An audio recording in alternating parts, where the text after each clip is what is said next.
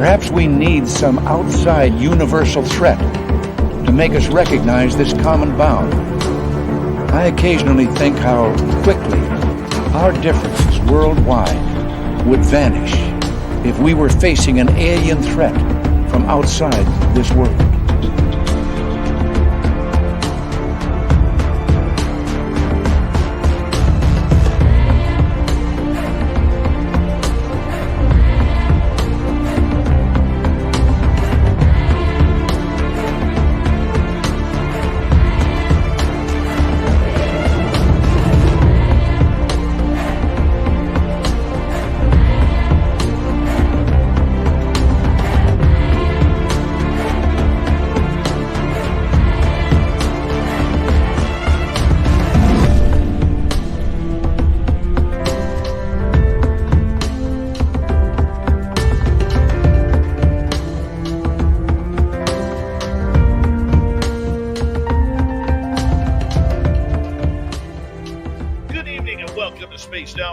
Tonight. How are we all doing out there? My name is Dave Scott. Good to have you all with us as we kick off another great show of everything from true crime to the paranormal. Author Stacy Horn will be with us in a few minutes. But before we get things going, you know what it is. It's time for the roll call. We have one of our favorite veterans leading off the gold medal position tonight. Black Dragon, good to have you here. And you're saying you smell like bacon or you smell bacon, that's always a good cologne. Race fan with a silver medal there. And we have the gorgeous Cosmic Floor taking home the bronze. All the way in Sri Lanka, Kason Lee, we love you, man. And good thoughts and healing to you for whatever's going on over there. And much love to you. Neil Attenberry, good to see you. Nicola and SJ. Grand Paul Holland, nice to have you here. Mennonite Abe, thank you for coming on in. We really do appreciate that. So let's continue on with roll call here. Who else do we have? Sunsaver, Todd Purdon. How you guys doing? Peppa H, nice to have you here. Nicola, good to see you. Dirty Filth is here, everyone. Dirty Filth, by the way, will be signing autographs after the show. Line up to the left of the studio, if you don't mind, to the left of the studio. Gorgeous Kathy Evans, good to see you. Lee Poping, nice to have you here. The stunning Becky Belling has returned. She'll be signing autographs after the show as well. Line up to the right of the studio. Moving on here as we continue on with our lovely roll call, we have lovely Lynn LeBlanc. How are you? Nice to see you. And we have our favorite trucker, Andrew. Good to have you back, buddy. How you been doing? I hope the roads have been clean of snow for you, my friend. All right, continuing on here on the roll call, Double Tim, nice to see you. Wes H, Sensational Sherry, nice to have you all here. And Nightmare, nice to see you back as we continue with our roll call announcements here. Getting everybody warmed up. Ross Smith, $5,900. Chad Smith is here. The Chad Smith. Yes, I am Chad Smith. You are Chad Smith. Everyone is Chad Smith. John Music, how you doing, man? Good to have you back here as we continue on with our roll call. We love doing this each and every night for you. And Spooky Morales, Awesome Ann Palmer, good to have you both here. Thank you so much for joining us. And who else is here? Too Much Information, nice to see you. And the lovely Jeanette Sanchez is here. Vash the Impaler. Julius Caesar, how are you? Midnight Rider, thanks for coming on in. The gorgeous Michelle C. from Australia. Good to see you. Triple Ack is not Dave. That is true. Gorgeous Oracles and Beyond, nice to have you here. As we continue on, there's the stunning Nicole Perron. Thank you for joining us. And Project Blue Book, good to see you back. And Larry A., nice to have you here. And who else do we have here? The stunning Avi May. There she is, everyone. Give her a wave. She always waves back. Who else do we have here? The lovely Deanna's Vlogs. Nice to see you. Let's start off the radio side of things here. Todd Purdon, thank you so much for kicking off the Super Chat tonight. Really do appreciate that, my friend. The Super Chat is a wonderful way to support what we do here on SOR on a nightly basis. So thank you, Todd, for kicking things off. Chris Miller, good to see you. The stunning Purpose and Grace. Ty Flynn Preston, welcome to our channel. Flash Forward, good to see you. The stunning Thin Lizzie Borden has returned. Millennium, nice to see you. Alien Critter, Carfanibre, good to have you back. And there's awesome Arlene Adkins-Zell. Pinzer Flactum, welcome to our channel. Don't forget to hit that subscribe button. We'd really appreciate that.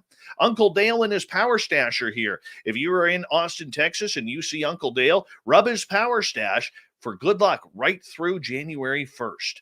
All right, continuing on here on the roll call, there's Gorgeous Carol. Thank you for joining us. And Rooted in Stunning Sacredness, thank you for joining us. And who else do we have here? Swamp Dweller, how you doing, buddy? Nice to have the Swamp in the house. Yes, we're going to get to him momentarily. And who else is here? Moving on, there's Chad. Todd, thank you so much again for the super chat. National Memorial, good to see you. And we're going to have to wrap it up right there. Rose Demaray looking lovely tonight. Here we go, everyone. Horns up.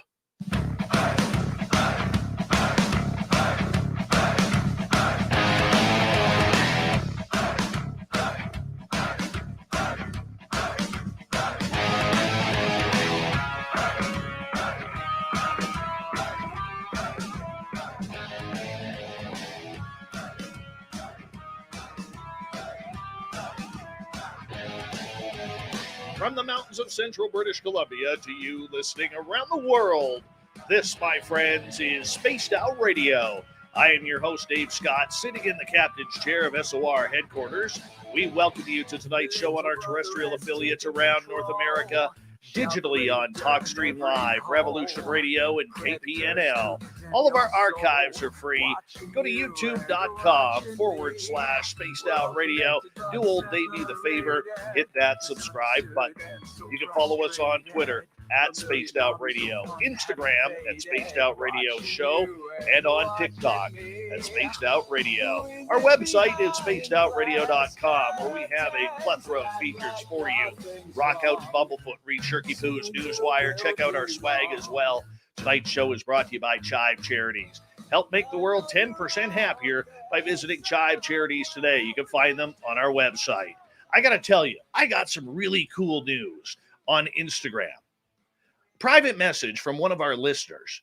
Now, you may not know the name of Crazy Hot Morgan, but she and her husband are like power lifters. They take part in these world's strongest competitions.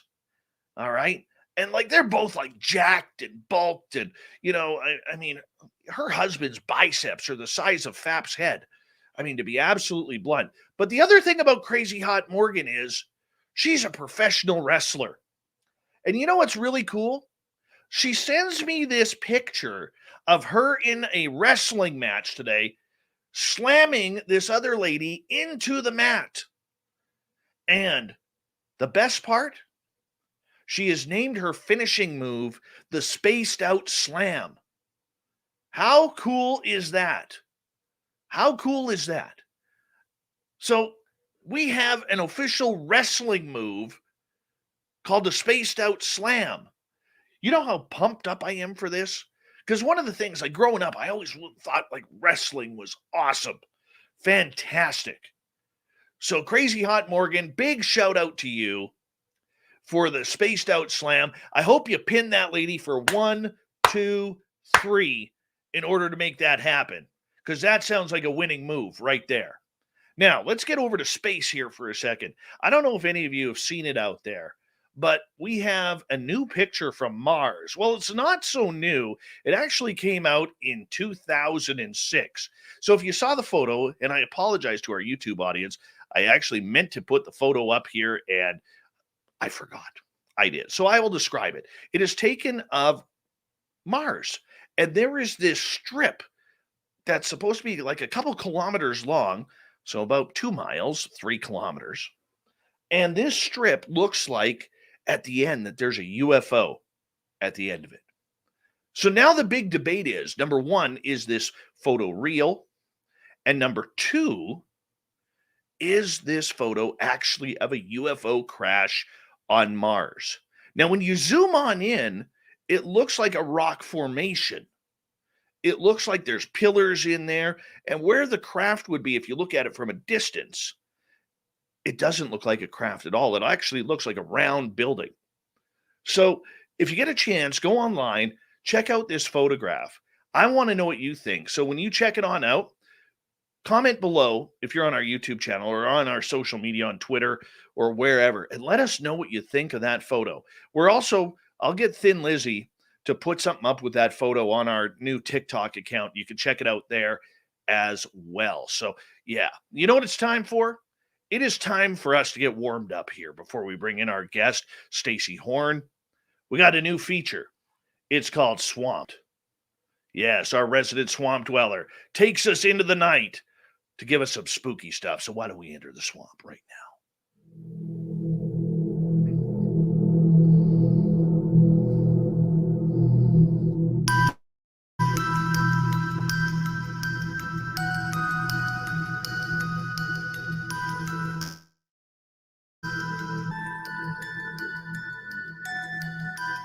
Hi, Spaced Out Radio listeners. This is Swamp Dweller. It's time for your nightly dose of spookiness on the show. If you have an interesting encounter or a spooky story that you would like to share, be sure to submit them in at swampdweller.net. You can also find our YouTube channel at youtube.com/swampdwellerreads. Now, let's chill out, relax, and together, let's enter the swamp.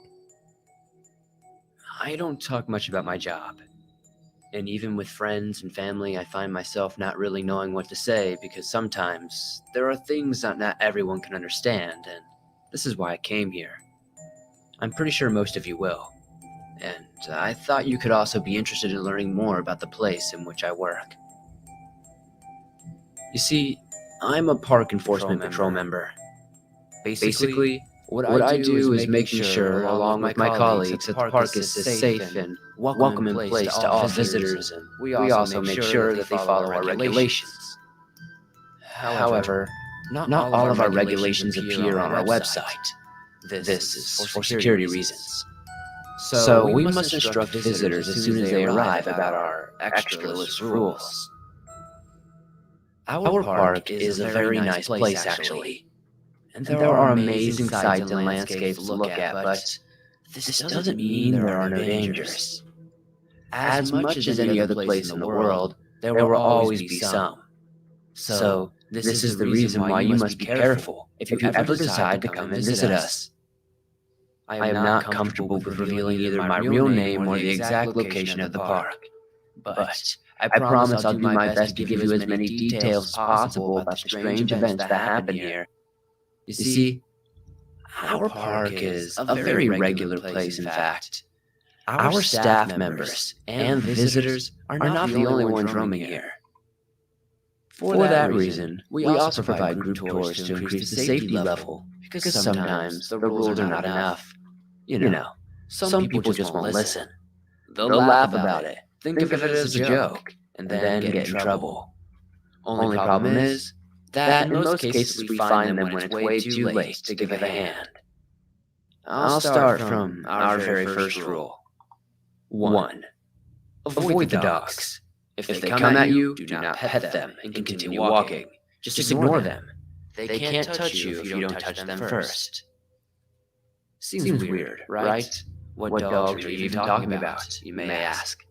Now, you must know that we don't allow any pets into the park to keep it clean, and this should act as a warning already. This, in fact, means they are not real dogs. My first encounter with one of them was unpleasant. I was still a newbie, so I wasn't alone, luckily enough. Otherwise, I don't think I'd still be here to tell you my stories. Me and my colleague, we'll call him Tom, were patrolling through an area that wasn't much popular among the visitors, probably because there is always a nasty smell in the air, like of rotting eggs. When I asked Tom, that had much more experience than me about it, he said they tried many times searching for the source without finding anything really concrete. We were walking down a pretty narrow path when all of a sudden a dog came out of the bushes. It looked kind of old, and the fur was dark as coal and covered with dirt. Then, it started approaching us, wagging the tail. I tried moving towards it because I thought it was lost, but I felt an arm blocking me, and when I noticed, I turned my face to the left. I realized it was Tom, a scared expression plastered on his face. Don't move. Don't touch him. I was confused. I looked at the dog again, and then it looked back at me.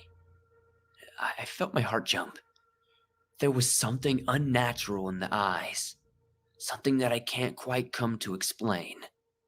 I can only say that at that moment, something felt extremely wrong with it.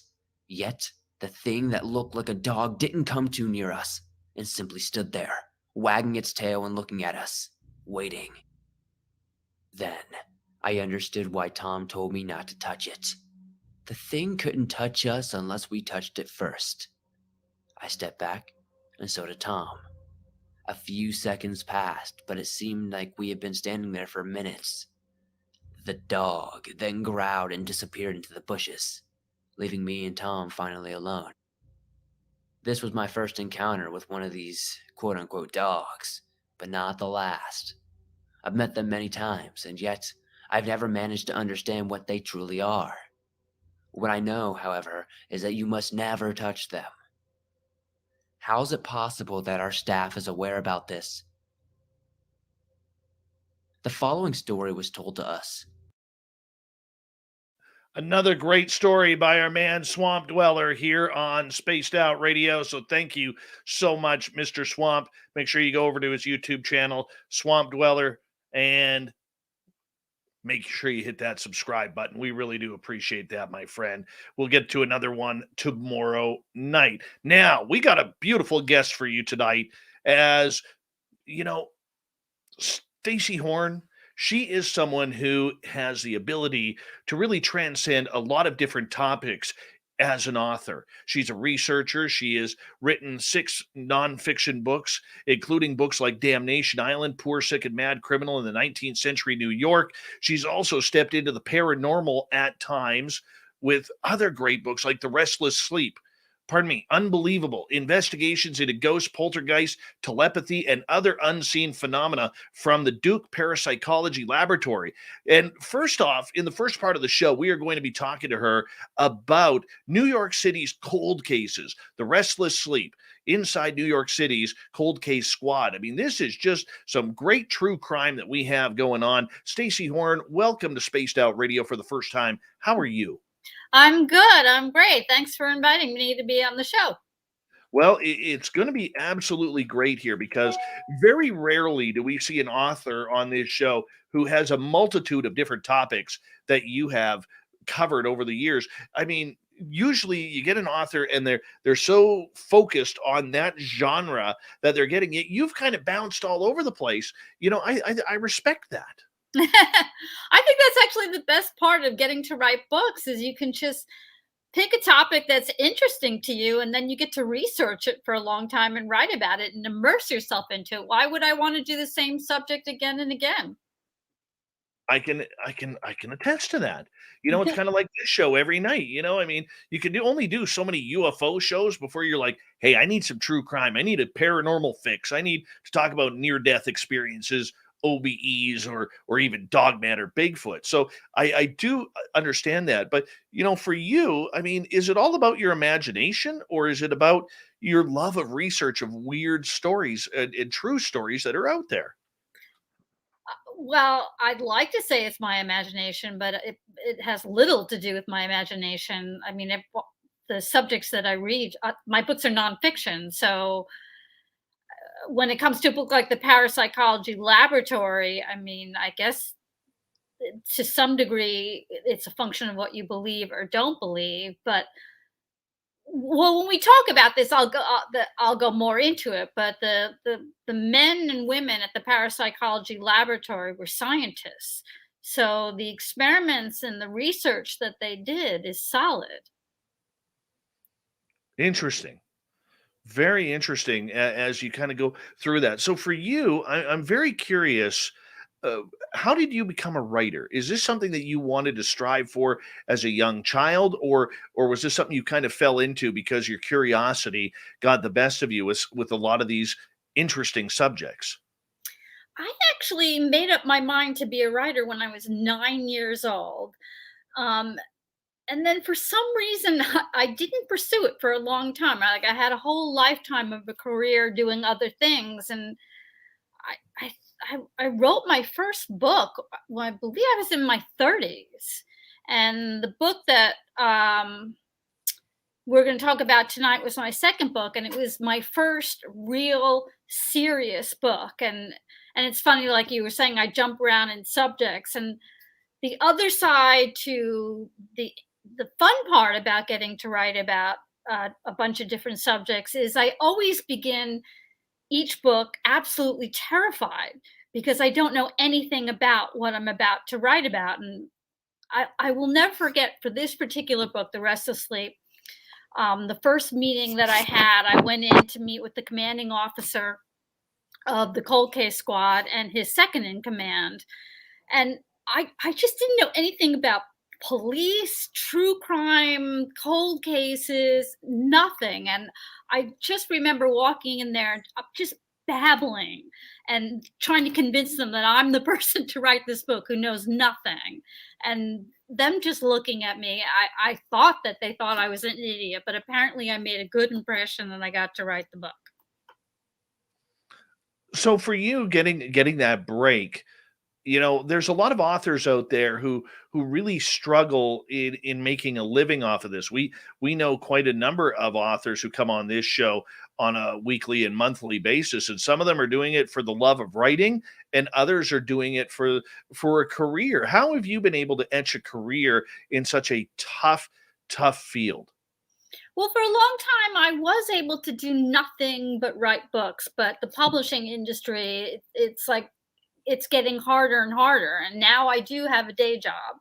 I still write books, but it's not the only thing I do to make money. Well, everybody has to have that secondary career because, if you're like me, you like to eat, you like to have a roof over your head, maybe gas in your tank every now and again if you're driving. But I know you're in New York, so maybe you take the subway. I don't know. I've never been to New York. One of my goals is to actually ride that subway one day. I just want to say I've done it. Try the human roller coaster right there. That'll be worth the money. That is for sure. For sure. So here you get this opportunity to write a true crime book, and you've never really done it before. You must have been nervous. I was nervous, but I had a few things on my side. I mean, I first heard about the cold case squad. It was right after 9/11, and I was with a friend delivering cupcakes to the police and firefighters working to rescue. Well, they believed that they were going to be rescuing people. And one of the people that I met that night was a detective from the cold case squad. And I didn't even know what the cold case squad was. And for your listeners who may not also know, the cold case squad goes back through old unsolved homicides to see if there are any that they can solve. So he was telling me about their work, which got my attention because I've always been interested in, for whatever reason, morbid stories, but particularly morbid stories that have been forgotten. So the idea that there were all these homicide victims, whose cases were never solved and that they've been piling up for years, forgotten. I mean, that attracted me. But then he also told me that there were warehouses all around Manhattan where they stored evidence from these crimes. There's no statute of limitations for murder, so they have to maintain all this evidence. And so I just envisioned warehouses with evidence from murders going back 100 years, the history of New York City.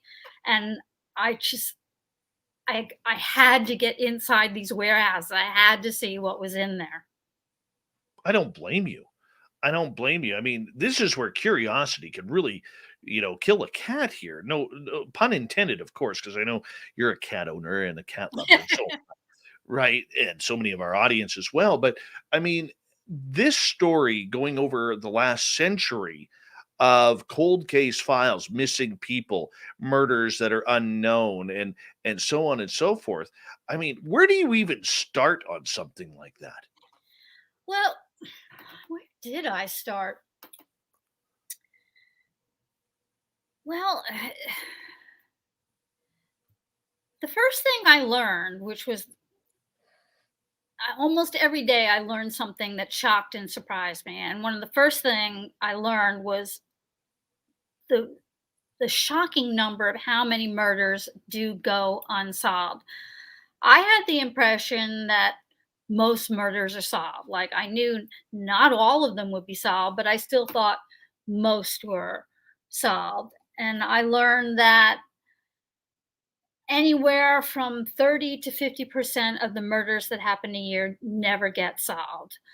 And so the NYPD, starting in 1985, started putting all the homicide cases in a database. So I started researching my book around 2001. So I was looking at the murders from 1985 to 2001. And at that time, there were 9,000 unsolved homicides in New York from that period alone. So what I decided first to do was to become an expert on which murders go unsolved. And I wanted to get an idea of the history of unsolved murders. So I looked at 100 years of unsolved murders in New York, again, just to get a sense of whose cases go cold, whose murders aren't solved. And from there, I had to narrow it down to a handful of cases that I thought would represent all of them. So I picked one unsolved case involving a child, just because those are the cases that they always work the hardest. I mean, a child being murdered just naturally, I think, grabs everybody more than any other possible murder victim. I wanted to pick a case with going in the opposite direction, the least sympathetic victim. So I picked a case of two drug dealers that were murdered. I picked a mob case. And then I wanted to pick a very, very old case. And I found a case of a young woman who was murdered in Brooklyn in 1951. And those are the ones that I researched and wrote about. How many missing people, murders, or unsolved cases were there in New York the last century? I mean, if I think about it, I'm thinking, what, 3,000, maybe up to 10,000? Well, as I said, there were 9,000 unsolved homicides going back to 1985. That number is now around 11,000. Missing people, I can't tell you, because missing people I didn't write about. That's a separate department. Missing persons is a whole nother division. I will say, though, that I did visit that division and talk to the commanding officer, just because, I mean, you're right to kind of want to put them together, because missing persons in many cases are not missing persons. They're people that were murdered and the bodies just haven't been found. But they are researched by a different group and a different set of detectives. But I did have one story to tell about the missing persons department. There was a missing persons case from the 1970s of a young boy in New York called Eton Pates that, for whatever reason, his case kind of caught everyone's imagination. It became a national story, but it was a big, big case here in New York. A 6-year-old boy left to go to school and then never returned, and he was never found. And his case was in all the papers for a long time. And so I went to the missing persons department, and I was used to, whenever I started looking at the case files for an unsolved homicide, I could tell if it was a big case by how many boxes of files were involved in that case. Like, some murder cases were only one small manila folder full of papers. I'm going to get you to hold on right there, Stacy, because we are going to go to break here at the bottom of the hour here. StacyHorn.com is her website. You can find all of her books there, including The Restless Sleep, Inside New York City's Cold Case Squad. We continue with Spaced Out Radio right after this.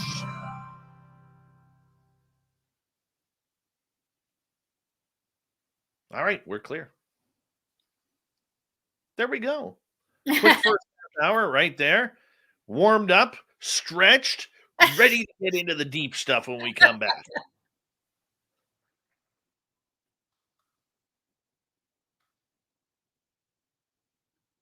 So it's a little bit different than probably what you're used to, but I'll blame the Canadian accent on that.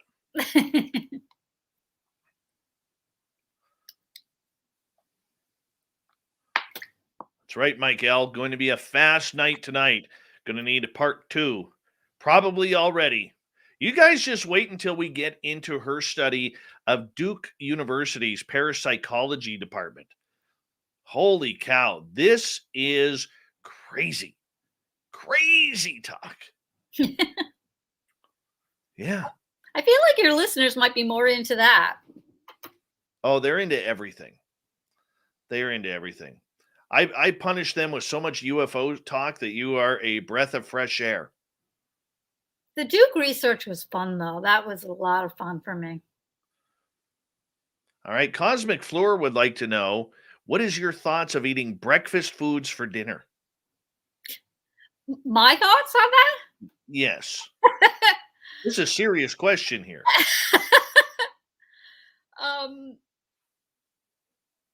Yeah, what's wrong with French toast, pancakes for dinner? I'll do it. This might be a short show, people. Might be a short show. All right. Now, take you back to Close Encounters of the Third Kind. All right. Remember Steven Spielberg's movie, Close Encounters of the Third Kind? Yes. Okay.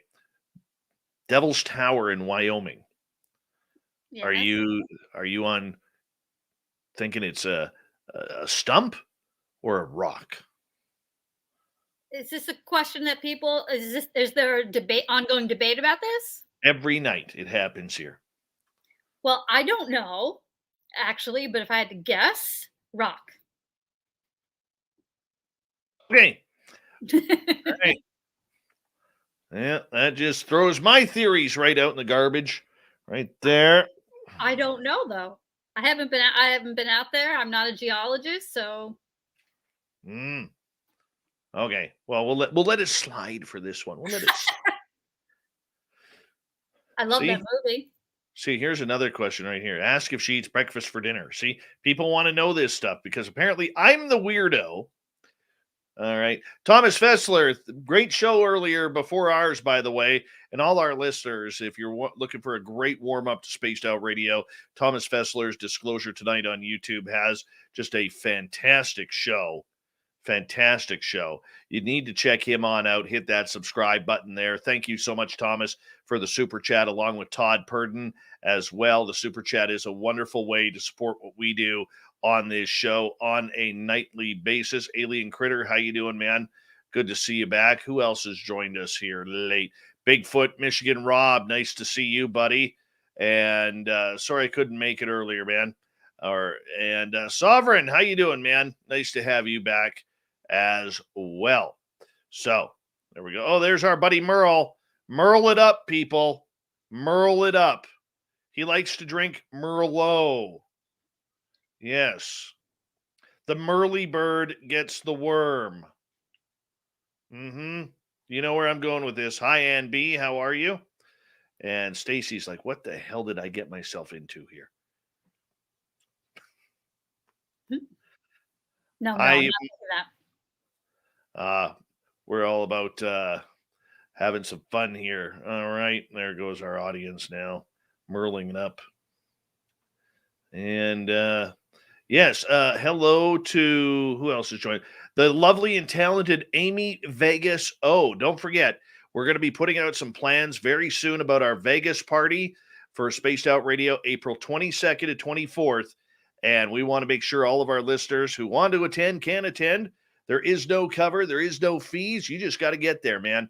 And we're going to all hang out and talk some spooky stories and just have a weekend of good, high-quality woo in the Nevada desert. That's what we're going to be doing. We're going to try and drag Merle out there, too. Hey, my brother Eugene, how you doing? Remember, that mark that date, April 22nd to 24th. We want to see a bunch of you guys there. All right? So check it on out. Let's see here. Stunning Purpose of Grace. Good to see you. And we got about 20 seconds here before we're going to go on. Then I'll reintroduce you, and then here we go. All in a good night. And 10 seconds.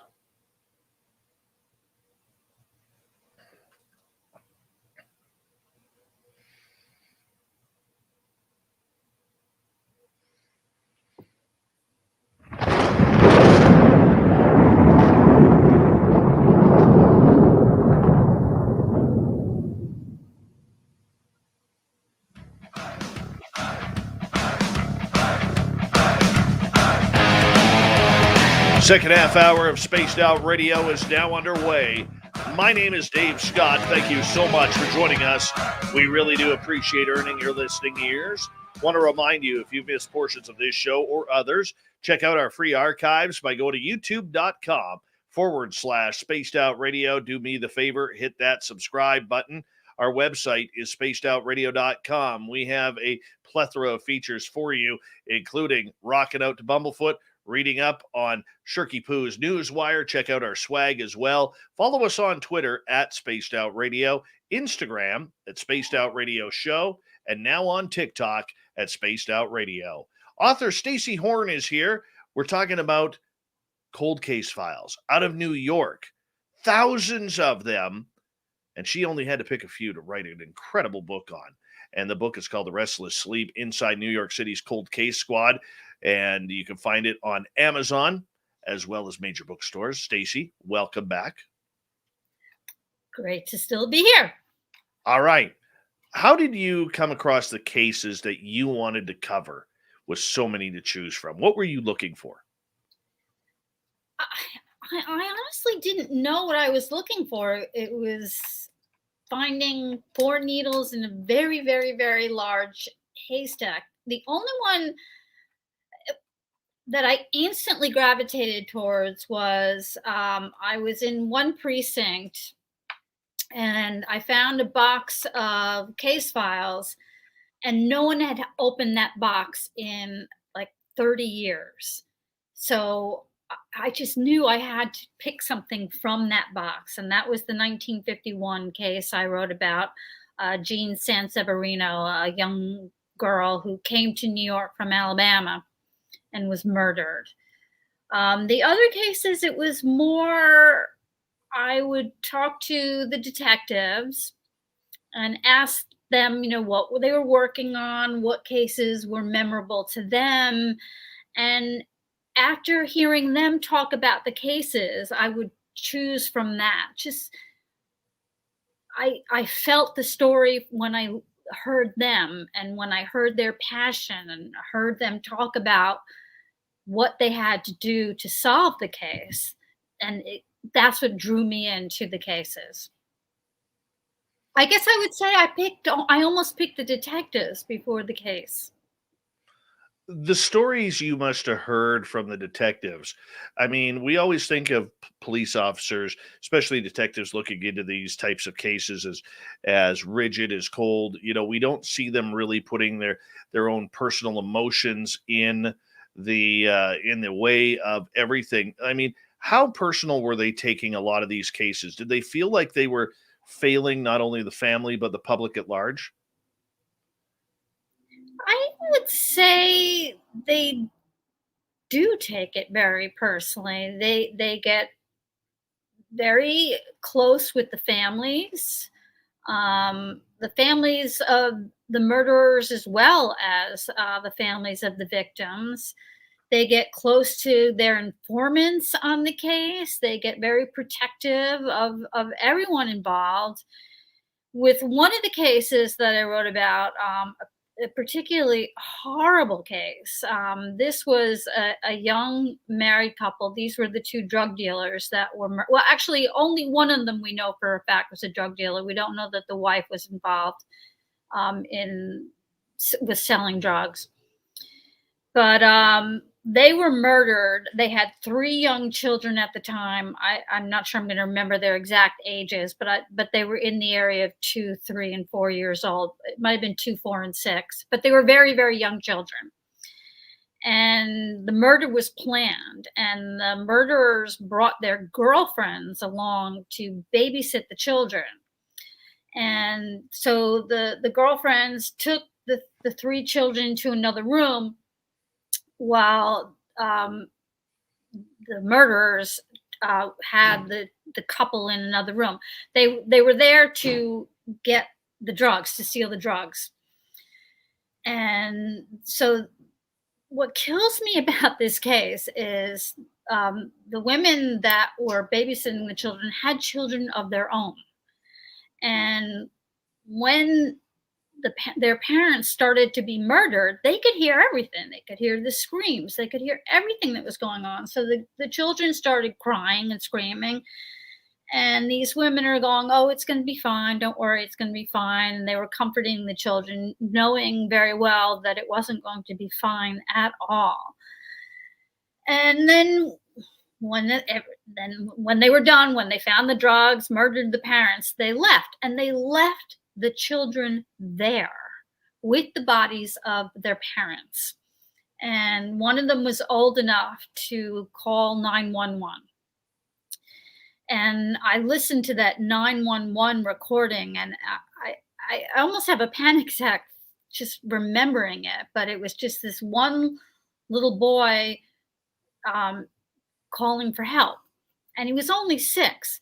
And the 911 operator is, she's all business, and she has to be. She's got to find out where they are. And so she's going, what is your address? And he's just crying. He's like, my mommy's dead. My daddy's dead. And she's trying to get him to focus and get his address. And it's just horrifying. And you hear the other children crying in the background. But anyway, so they've done this, and they leave the children.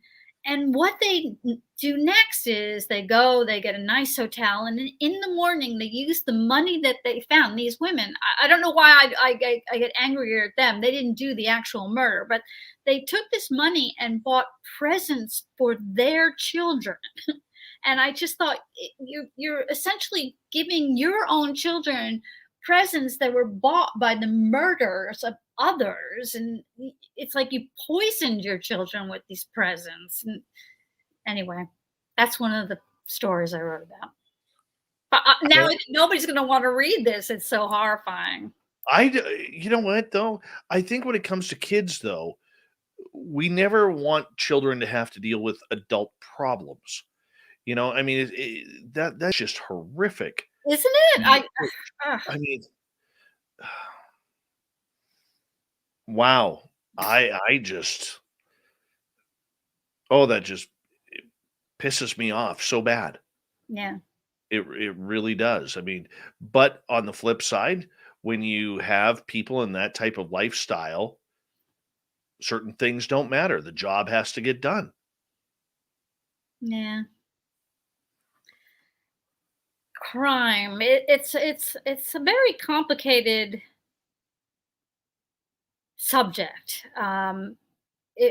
Weirdly, in the course of writing this book, well, actually, it was when I finished this book, I learned a lot about murder, and I was able to learn a lot about murder just because there's a lot of good records out there.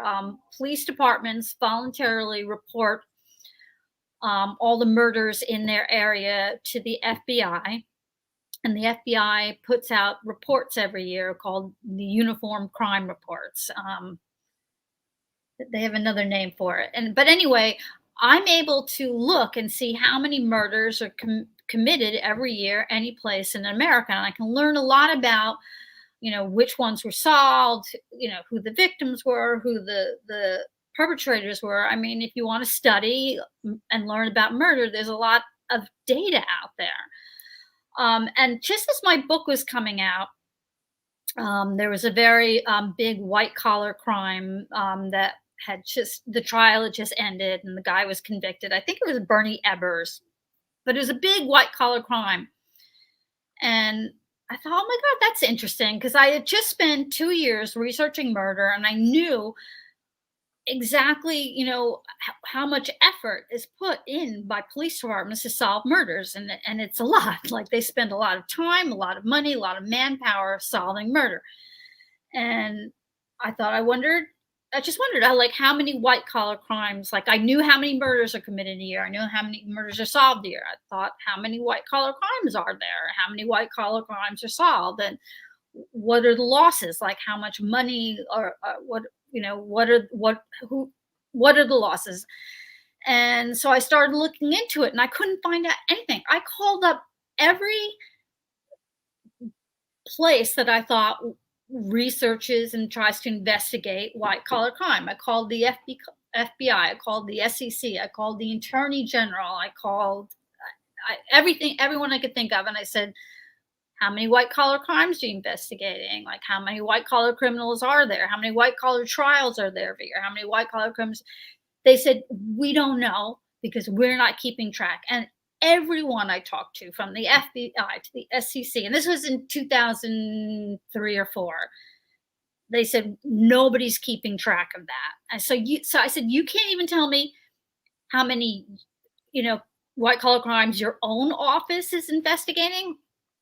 And they said no. And it wasn't like they didn't want to tell me, because telling me, the very fact of them telling me that they didn't know was certainly more embarrassing than anything else they could have volunteered. So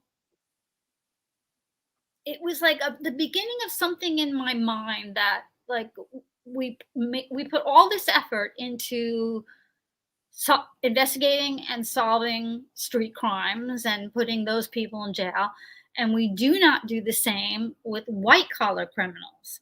Now, there's no denying that there are victims, and the fact that street crimes, especially murder, are destructive, terrible crimes.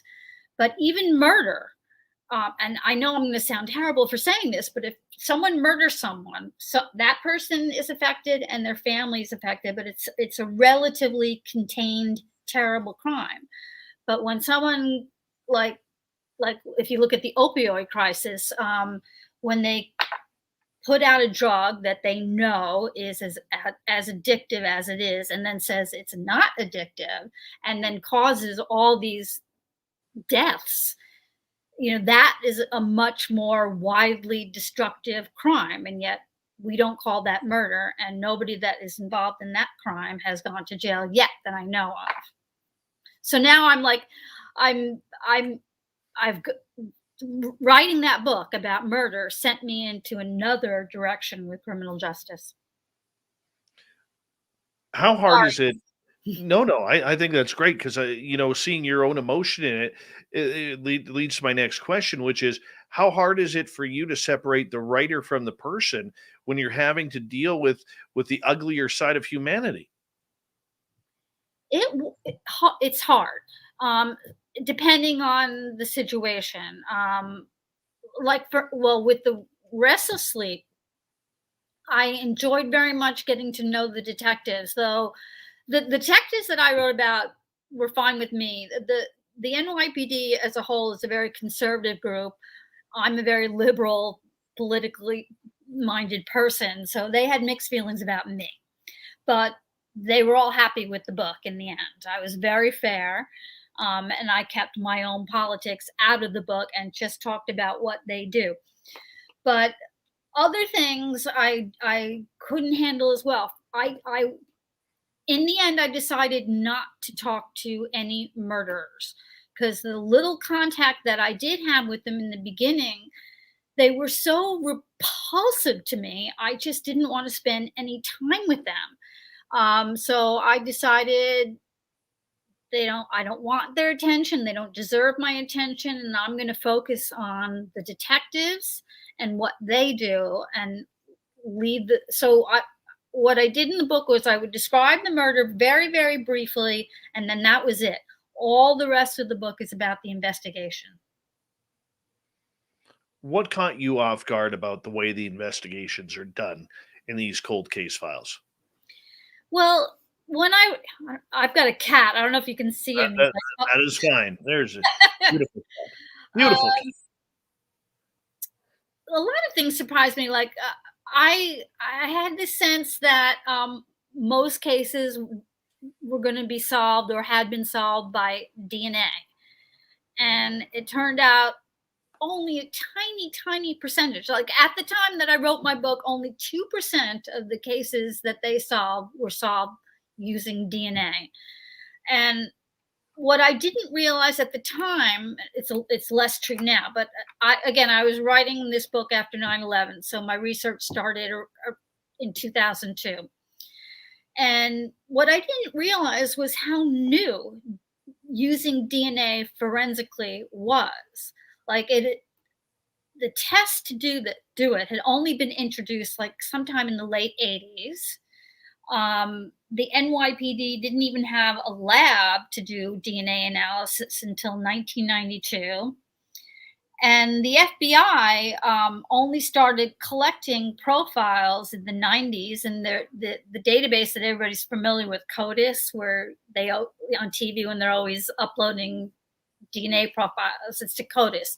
That didn't become operational until 1998. So at the time when I was writing my book, that database had only been around for 4 years. So the biggest problem is they didn't have very many profiles. They'd only been collecting them for so long. So when somebody uploaded a profile and it didn't have a match, it wasn't a big surprise because there weren't many profiles to match them to. So what I did learn was good detectives just every year would just keep rerunning these profiles. Just as more and more profiles are entered, the chances of getting a hit later on would go up. So that was a big surprise to me that DNA was not used very much. Also, just the whole politics of the NYPD was a shock to me. Like the cold case squad itself, like having a cold case unit, having a bunch of detectives go back and trying to solve unsolved murders. Sounds like a great idea, right? Well, the NYPD fought it tooth and nail. They didn't want a cold case squad. Everyone was against it. And the main reason was all these people that were unable to solve the crimes, the murders, they thought, well, if these guys solve the crime, they're going to show me up and they're going to make me look bad. Which is a very, I guess, human and understandable response. But the more important thing is solving the cases. So it was a big political battle to get that cold case squad off, established. And it wasn't established until, I think it was 1996. Then once it was established, when the detectives would go to the precincts and ask to look at the cases, that was another thing. So the best detectives were the detectives with the best people skills, the one who could walk in and talk those guys out of, handing over the files. And so they would be very diplomatic. It's like, I've got some time. You've got like a lot of cases, just let me take a look. And you have to remember in 1996, oh my God, I think I have it. I just want to, one of the things that they would use to get people to hand over the cases, like, okay, 1996. Okay, there were just under 1,000 murders in New York in 1996. So they'd say, you've got a lot of cases you're looking at. Let me look at some of these older cases and see if I can do anything. So, and oh yeah, and that's another thing. Like here, you've got a squad that everybody in the NYPD is against. You've got the detectives and all the other squads want you to fail. Like, what kind of detective is going to sign up for that? Sure, and the cases that they're going to look at are, by their very definition, the hardest cases. Like, other detectives tried to solve these cases, they couldn't. So you're taking the hardest cases under a situation where people want you to fail. Like, who's going to sign up for that? Nobody. No, about 50 detectives did. Really? Yeah. That surprises me. Normally, I don't take questions until hour 2, as we got about 4 minutes to go here before we have to go to break at the top of the hour. Author Stacy Horn is our guest tonight. But Larry has a good question here. Did you ever look into any cases or see any cases that were solved by psychics? No. And I have a very good story that I tell about psychics in unbelievable. Psychics who helped in a missing persons case. And I would love to tell that story because it kind of answers the question. But there was one detective in the cold case squad who used psychics. But the problem was, and this was something that I learned more about when I wrote Unbelievable, it's not that psychics do or don't have the ability to gather information in ways that cannot be explained. But the legitimate ones who are honest about it cannot summon it on demand. Like it can't be like, okay, let me think really hard and something's going to come to me. They have no control about when the information comes and what information comes. And there's no way of verifying if it's true, even if it is, some real fact. So the few times that they use psychics that I was able to learn anything about what the information they provided, it was always too general to be useful. But that was only like, again, in a small window of time that I was looking, doing research. I can't say that psychics never helped the NYPD in the case. I don't know. 2 minutes to go here. Nicole is wondering if you ever came across in your research any cover-ups on cases. Cover-up? No. The only thing I can say along those lines is like the NYPD is like any other organization. Like if you walk into any place of business, there's going to be people who are really good at their job, people that are, okay, they're doing enough to get by, and then people who are just really terrible at it. So it's true at the NYPD, there's good detectives, average detectives, and terrible detectives. So it could be that a case is not solved because it didn't get assigned to a good detective. I probably shouldn't be saying these things, but active cover-ups, not that I came across. And I'm trying to think of a reason they would have. The only reason I could think they would have to cover up is if they did it, or if they had a friend who committed the crime do it. But not that I came across, no. Well, I guess that's a good thing because, it's always wondering about whether or not there are dirty police officers out there who are covering up crimes for other officers or whatever else they may be into, and using their position of authority as somewhat of a scam, so to speak. But I mean, well, if you didn't, I was only researching and writing about murder, so that's all I know about. I will say one of the things I did learn, like that, I had a printout of all the unsolved murders going back to 1985, and it's this big fat printout, and I studied that. I just looked at those pages over and over and over, just looking for patterns. And one of the things I did discover was if you were Black or Asian and you were murdered, your case was 4 times as likely to go cold than if you were white. That's so there interesting. has to be an explanation for that. Very interesting indeed. We're going to go to break here at the top of the hour, and we're going to shift gears here with our guest tonight, author Stacy Horn. Her website, stacyhorn.com, if you want to check out all of her books. We're going to get into a real cool book that she wrote about the Duke University Parapsychology Laboratory. Did you even know there was one out there? I'd heard about it. I didn't know it actually existed. Ghosts, poltergeists, telepathy, other unseen phenomena. Let's check it on out as we enter hour number 2 of Spaced Out Radio. Stacy Horn continues with us on the mighty SOR right after this.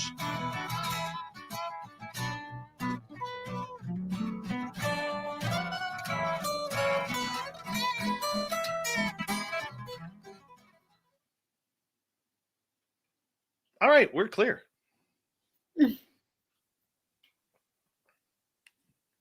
Yes, I buried my beard outside next to a tree. Sorry. Go ahead. Who are you talking to? Oh, I see. I had a big bushy beard a couple weeks ago. Oh. Now I see this, one of your chat people mentioned cover up on mob hits. I do have something to say about that, if we have time. We can do that. Or if you want to answer that right now, we do have some time. And if you don't want to take a break. Can they hear me? They can totally hear you. The people who are in chat? Yes. Okay, about the mob. I did have one mob case, and it was so complicated because it was a RICO case. I don't know if they know about RICO, but it's when you're talking about organized crime, and so instead of researching one crime, you're putting together an array of crimes. And the case is so complicated, and there were so many murder victims that I had to have like all these timelines to follow what was going on. But I had this idea of the mob being from the Godfather movies, very competent, sophisticated, very cunning, smart criminals. Whereas the mob in reality, at least in the time period that I was writing about it, was not at all like that. It was closer to The Sopranos. It was just a bunch of, they put a hit out on this one guy, and this old man got murdered, and the police were like flummoxed because they didn't know why did the mob murder this old man. And it turned out they were supposed to murder his son, and they murdered the father instead by accident. And it was always like this, these just weird guys. So cover up on mob hits, like, why would the police cover up mob hits? I'm not sure about that question.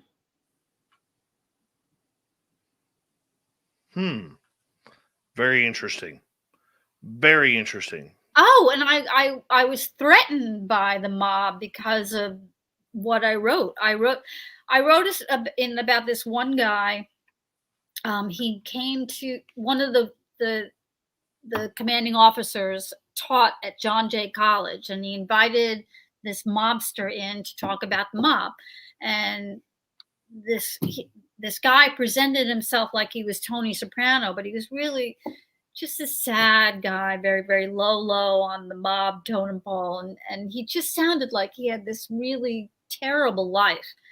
So he's going like, I know you all think I'm like Tony Soprano. And I was thinking, nobody thinks you're like Tony Soprano, and we feel bad for you. and I put that in the book, and the mother like emails me like, how dare you talk to my son about that? And I said, I was actually trying to be compassionate. What did I get wrong about him? And the wife wrote me too, and everybody was threatening me. And I asked the detective, should I be concerned that they're threatening me? And he's going, no, they don't. It's an old woman. She's just, don't worry about it. And it never did turn out to be a problem. Well, that's good. That's good.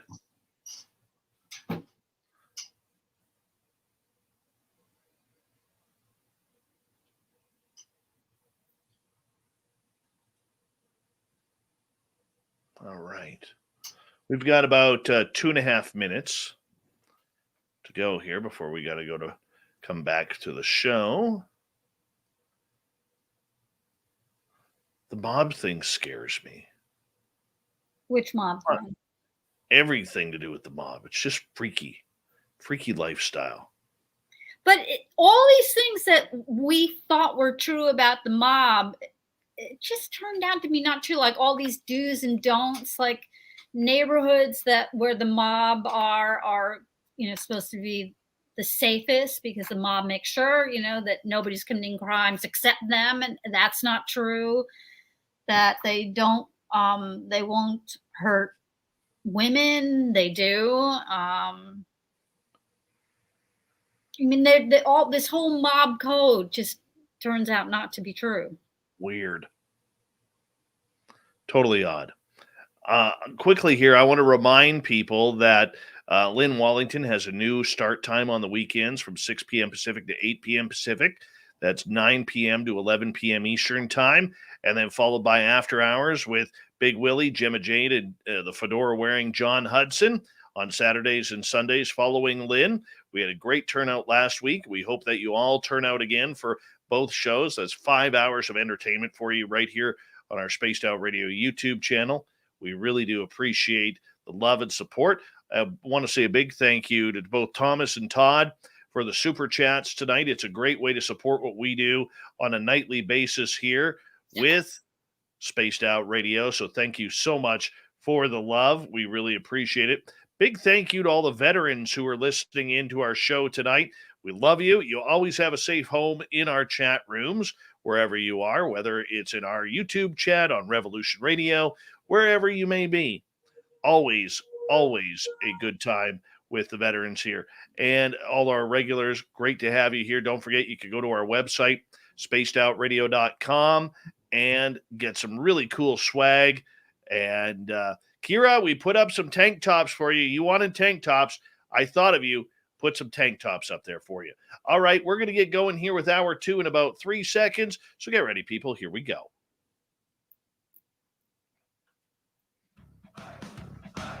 You're listening to Spaced Out Radio with Dave Scott.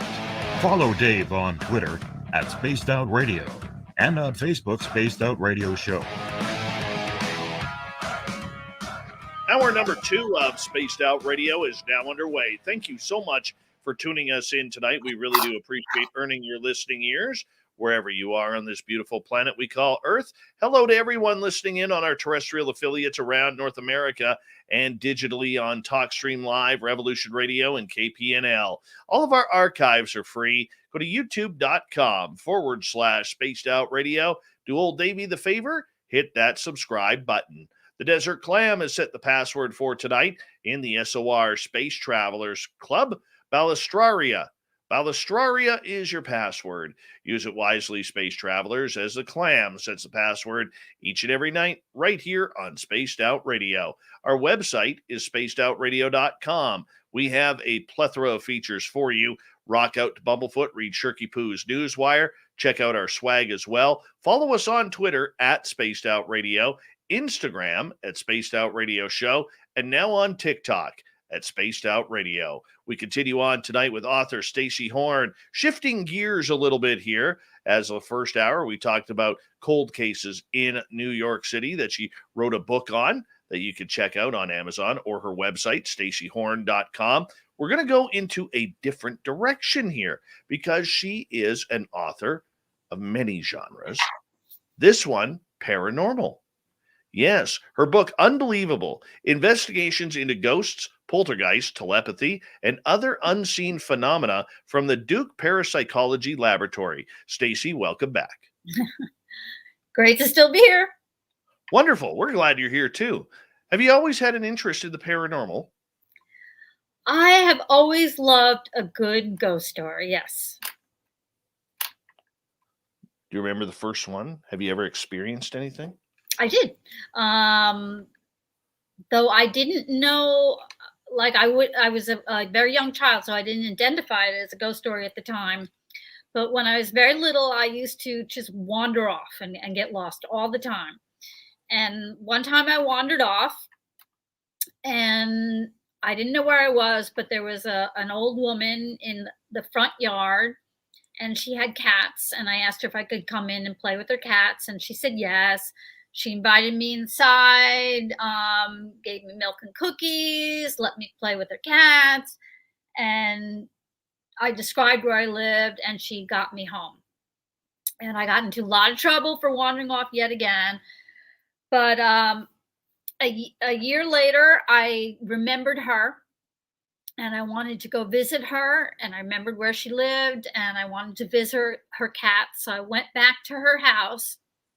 And when I got there, the house was like the roof had caved in, the lawn was overgrown. I mean, it was obvious, even to me as a child, that nobody had lived in that house for a very, very, very long time.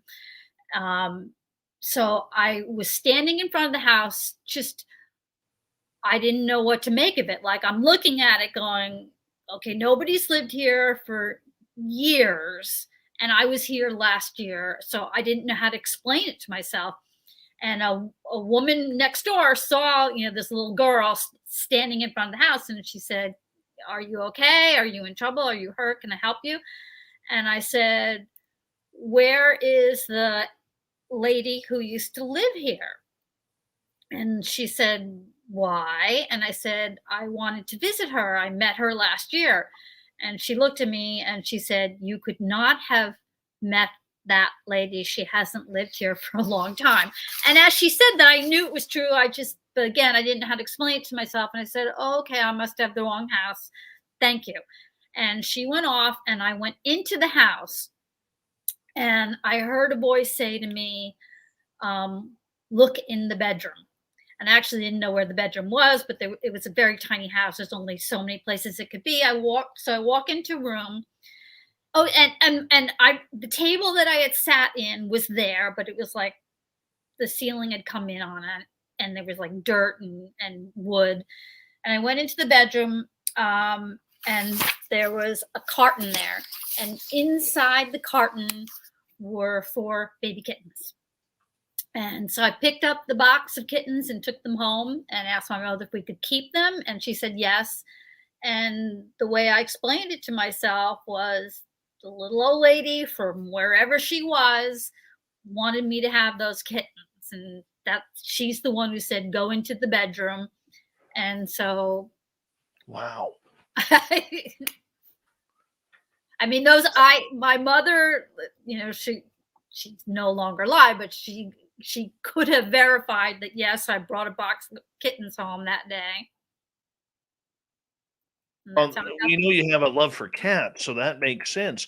But I mean, so many ghost stories right off the bat are usually pretty eerie and that of nightmares. Yet here's yours leading this old lady whose voice you had heard, leading you to protect these little kittens. I mean, that was almost prophetic.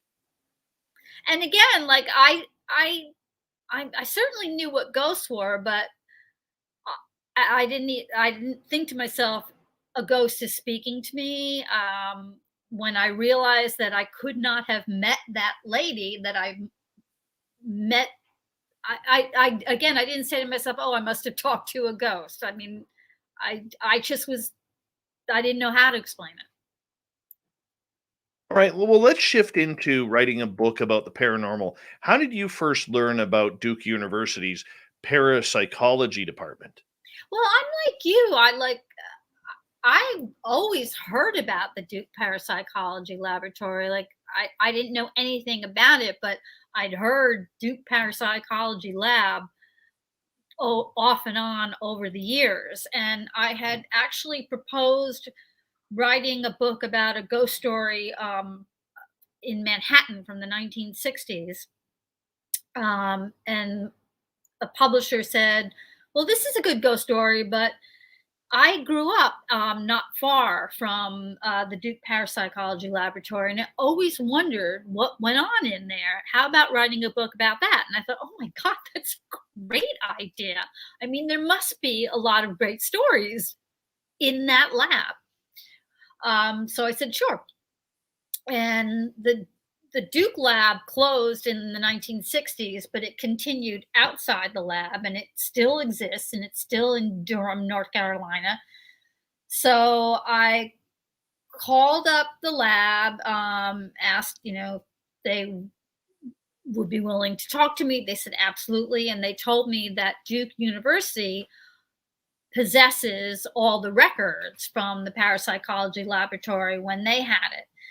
So I contacted Duke University and arranged to go down there, and I spent a few months going through the archives from the labs, and it was incredible. I could have spent years going through that stuff. Essentially what it is, like at the time, the lab started in the 1930s, so they operated for 30 years, from the 30s to the 60s. And for that period of time, they were very well known. So whenever anything weird or unexplained happened in America, they would contact the lab. And because this was the 30s to the 60s, they didn't call the lab, they wrote the lab. So they would write a letter describing what would happen. So right now at Duke University basically is the most perfect record of every strange thing that happened in America in this period of time. And so my favorite thing when I was doing the research was going through these letters. And I just found so many good stories. It's just a treasure trove there. But one of the stories that I want to tell about the missing persons thing, but one of my favorite stories I found was I was going through the letters, and I found this letter from 1949, I believe, from a priest. And he's describing a disturbance that was happening in a family in that parish. And I'm reading the letter, and I said, and I'm thinking, it sounds exactly like The Exorcist. The priest is saying, except it was a boy, not a girl. And he's saying, whenever he gets into the bed moves, the projectile vomiting, the words appearing on his skin. I mean, everything is like The Exorcist. Now, at the time when I was doing my research, I had read the book, The Exorcist. I had seen the movie, and I did not know that it was based on a real story. And probably everybody, I'm the last to know, but I didn't know. And I looked into it, and William Peter Blatty, who wrote the book, Friedkin. Wait, did I get that backwards? Did I just say the director or the writer? Or the guy who wrote the book was in graduate school at the time, and there was a case involving a poltergeist in Maryland that was in all the papers at the time. So The Exorcist is based on that real case involving a boy in Maryland. And so what I had come across in the archives was a letter from the original priest who reached out to the Duke Parapsychology Lab about this case. But what was fascinating, one of many fascinating things that I learned reading these letters, was this original priest did not think it was possession. There was nothing in it like to suggest demons or Satan was behind what was happening to this boy. And the only way he could explain it was that it was a poltergeist. And that's why he was writing the Duke Parapsychology Laboratory, because he thought, well, they have experience in this area and maybe they can help in this situation. And they said, sure.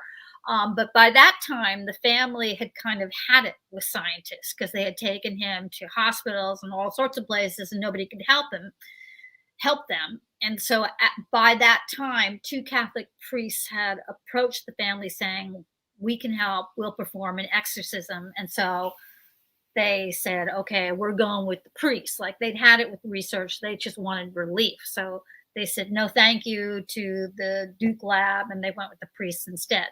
But the correspondence between the priest and the head of the lab, a man named J.B. Rhine, continued. And that was fascinating. And one of the things that Rhine asked the priest was, did you ever witness any of these things, occurrences yourself? Or are you just telling me what the family told you? And he said, well, as a matter of fact, the family asked if one night the boy could stay at my house just to give him a break from these things happening to him. And so he said, sure. But the same exact things happened when he was staying in the home of the priest. The bed there too started to shake as well. So the priest set the boy up in like this low to the floor easy chair so he could sleep in that instead. And in the letter, he describes putting the boy in the chair, and then the next thing that happened was the boy and the chair started slowly moving back to the wall, and then it slowly tipped over. And so Ryan writes back and goes, so you mean to say this boy is like in this chair moving and you just stood there watching, like you didn't try to help him? And I was like sympathetic with the priest. Like the priest like writes back trying to explain himself, and he's going, well, yeah, I mean, it was happening really, really slowly. He didn't seem in any danger, and I was just kind of transfixed. I wanted to see what was going to happen. Freaky. Yeah. Absolutely freaky. So when you started looking into the Duke University Parapsychology Laboratory, I mean, what were you expecting? Were you expecting just a bunch of ghost stories, or did you know that they were dealing with items such as telepathy or UFOs or cryptid sightings or anything along those lines that seem very science fiction? Well, I didn't have any expectations. I had like zero clue what I was going to find. I remember though when I first got there, I was initially like, well, what happened was I went through the finding aid of the collection, and I selected about 10 boxes to look at first. And when I got there, I was so excited to open these boxes. And when I opened them up, it was like all math. I mean, pages and pages of statistics. And I don't have a background in statistics. I had no idea what it meant. And what I learned was, and I'll try to be as brief as possible, but when Ryan started this lab, they basically were brought to Duke to start this lab to see if they could use science to find evidence of life after death. Do we have to stop? Nope, go right ahead. So they started, that was their mission, see if they can use science to find evidence of life after death. So they started, their very first research was with a medium. And they did tests that I won't go into just to see if the information that she got, that she told them, was correct. And they found over and over and over again that she was able to provide information that she had no way of knowing. And so they thought about that and they said, okay, all right, this is very interesting and we want to research this, but there's nothing that tells us that she's getting this information, for instance, from dead people. In and of itself, this is not proof of life after death. But what it is proof of is that there is a way of getting information in the world that is independent of the physical body and independent of the known senses. So if there is something about us that operates independently of the body, that means when the body dies, there's something of us that could possibly continue. I mean, it's a place to start, basically. So we need to study this ability. We need to focus on this. The thing that they eventually called extrasensory perception or telepathy, ESP. And the first initial tests that they did was they took just a normal deck of playing cards, and they tried to see if people could tell them what playing cards they were holding without the person seeing the card. And they found that people could, but they also found that people had certain biases. They would just pick like certain cards, like the Ace of Spades or the King of Hearts. Like there was just too much familiarity and attention and attachment to a normal deck of cards. So they had another psychologist at the Duke Lab design an entirely different set of cards. And those are the ESP cards that were used in the movie Ghostbusters. They've got the star, the wavy lines. So they did tests. So it was a set of 25 cards, and they did thousands and thousands of trials and runs.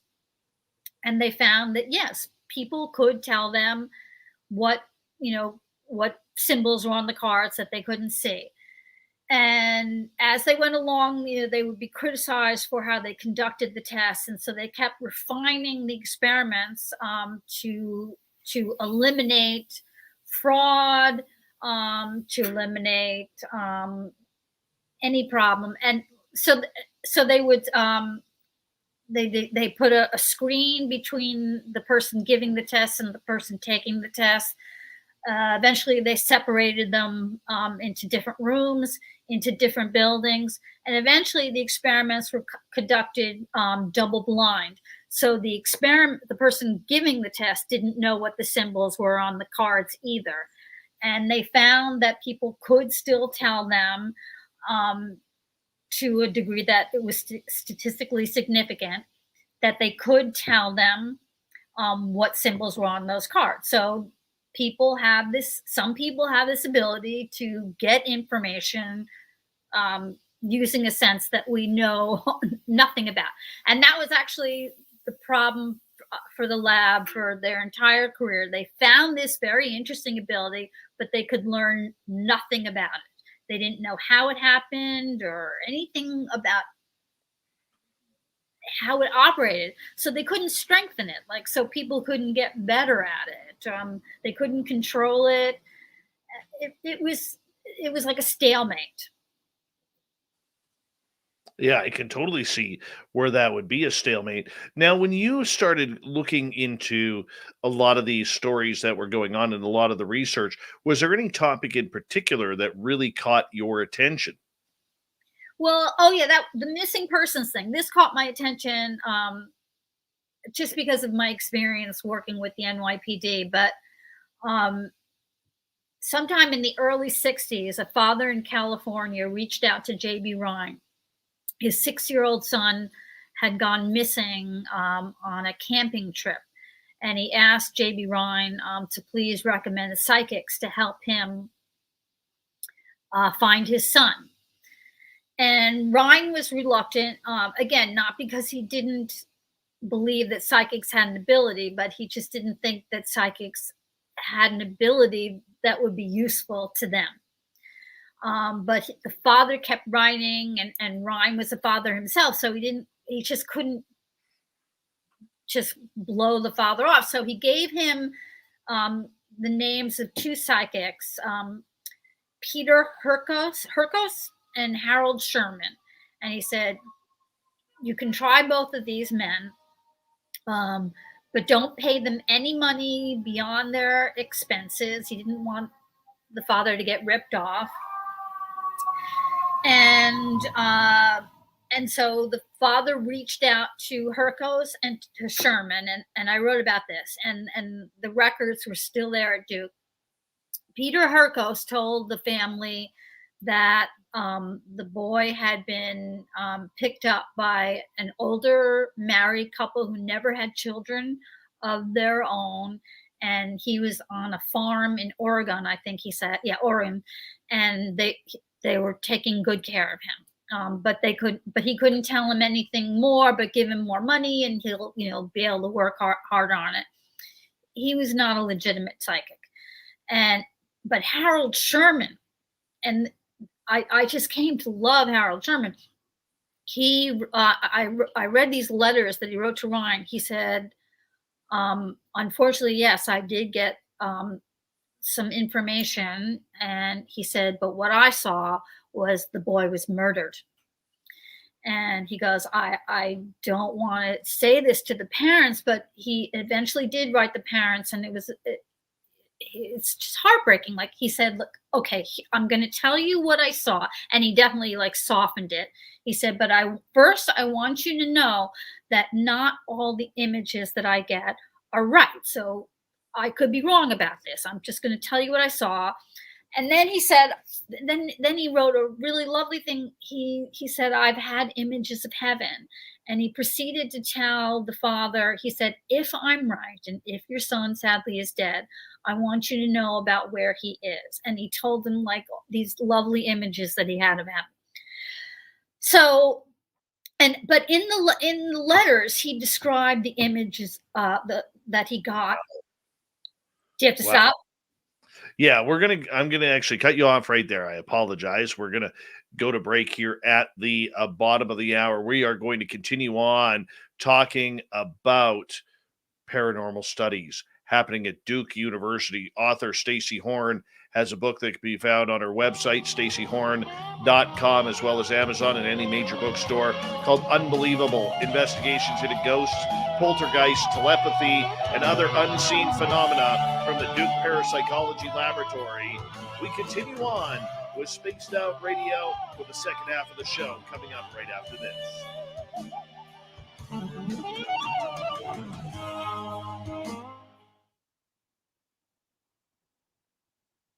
All right, we're clear. These half hours go too quick. I do want to get back to Harold Sherman because it's really good what I found out. We will. We're going to pause on that, though, for right now, because I don't want to give it up during the break here, because the radio audience isn't going to be able to hear it.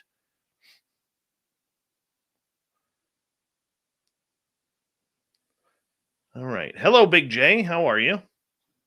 Are you having fun, Stacy? I am. Good. Good. I worried that I wouldn't remember enough. Well, Mennonite Abe here says he's riveted by the story. Oh, great. Riveted. It gets better. He likes being riveted. It gets better. I'm looking forward to it.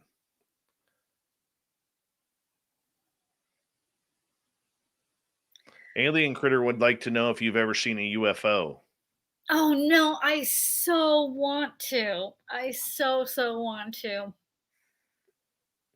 Has he? I believe so. Alien Critter, what's your UFO count at?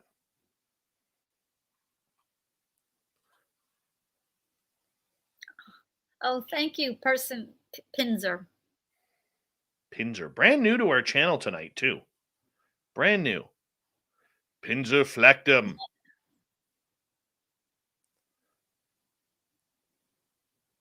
Oh, I have another great poltergeist story. It was actually the poltergeist that the movie The Poltergeist was based on. Oh, wow. That's one of the only things I haven't had happen yet. And I say yet. It's poltergeist activity. Seen a lot of crap in there, but I've never had poltergeist activity. Felipe, thank you so much for the kind words, but it's not me. It is my team of Bree, along with Jennifer, and especially Dirty Filth and Spookles the Cat, who do the really incredible booking for this show. So do not give me credit for that, please. It is all on them. All on them. But I appreciate it. Thank you, Felipe. No, Mennonite Abe, you got to wait for the poltergeist story.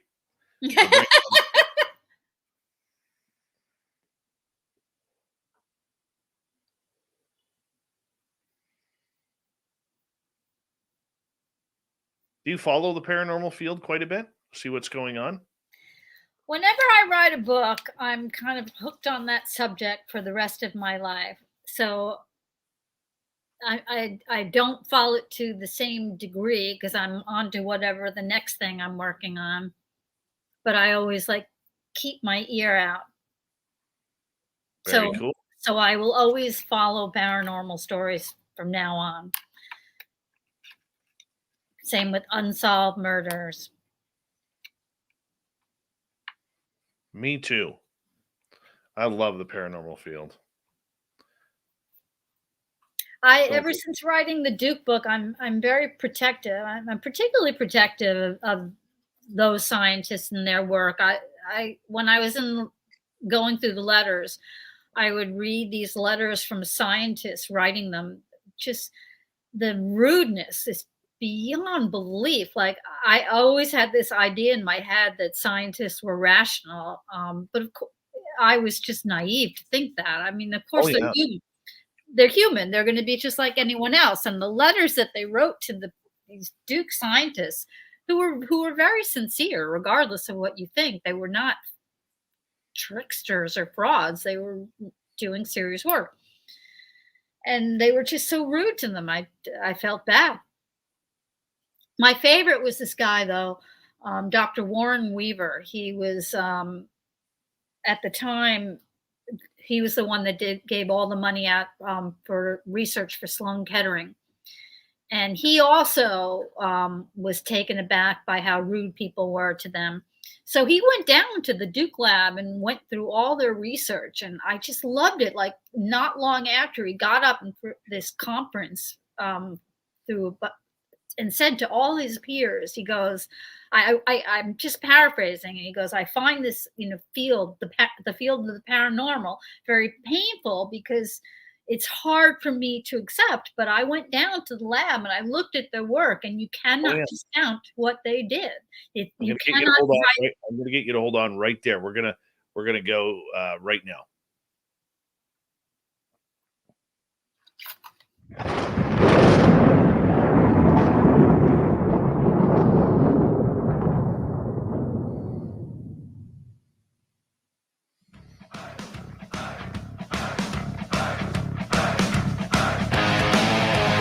We've kicked off the second half of Spaced Out Radio tonight. My name is Dave Scott. Thank you so much for taking the time to join us. We really do appreciate it. I want to remind you that if you missed portions of this show or others, check out our free archives by going to youtube.com/Spaced Out Radio. Do me the favor, hit that subscribe button. Our website is spacedoutradio.com. We have a plethora of features for you. Rock out to Bumblefoot, read Shirky Poo's Newswire. Check out our swag as well. Follow us on Twitter at Spaced Out Radio, Instagram at Spaced Out Radio Show, and now on TikTok at Spaced Out Radio. We continue on tonight with author Stacy Horn. StacyHorn.com is her website, and we're talking about this great book she has out called Unbelievable: Investigations into Ghosts, Poltergeists, Telepathy, and Other Unseen Phenomena from Duke Parapsychology Laboratory. This book can be found on Amazon, major bookstores. Stacy, thank you so much for taking the time to join us. We really do appreciate it. Okay, so can I finish the Harold Sherman story? I would love the Harold Sherman story, yes. So I left off, I was about to describe how Harold described the murder scene and the murderer that this little boy, Bruce Kremen.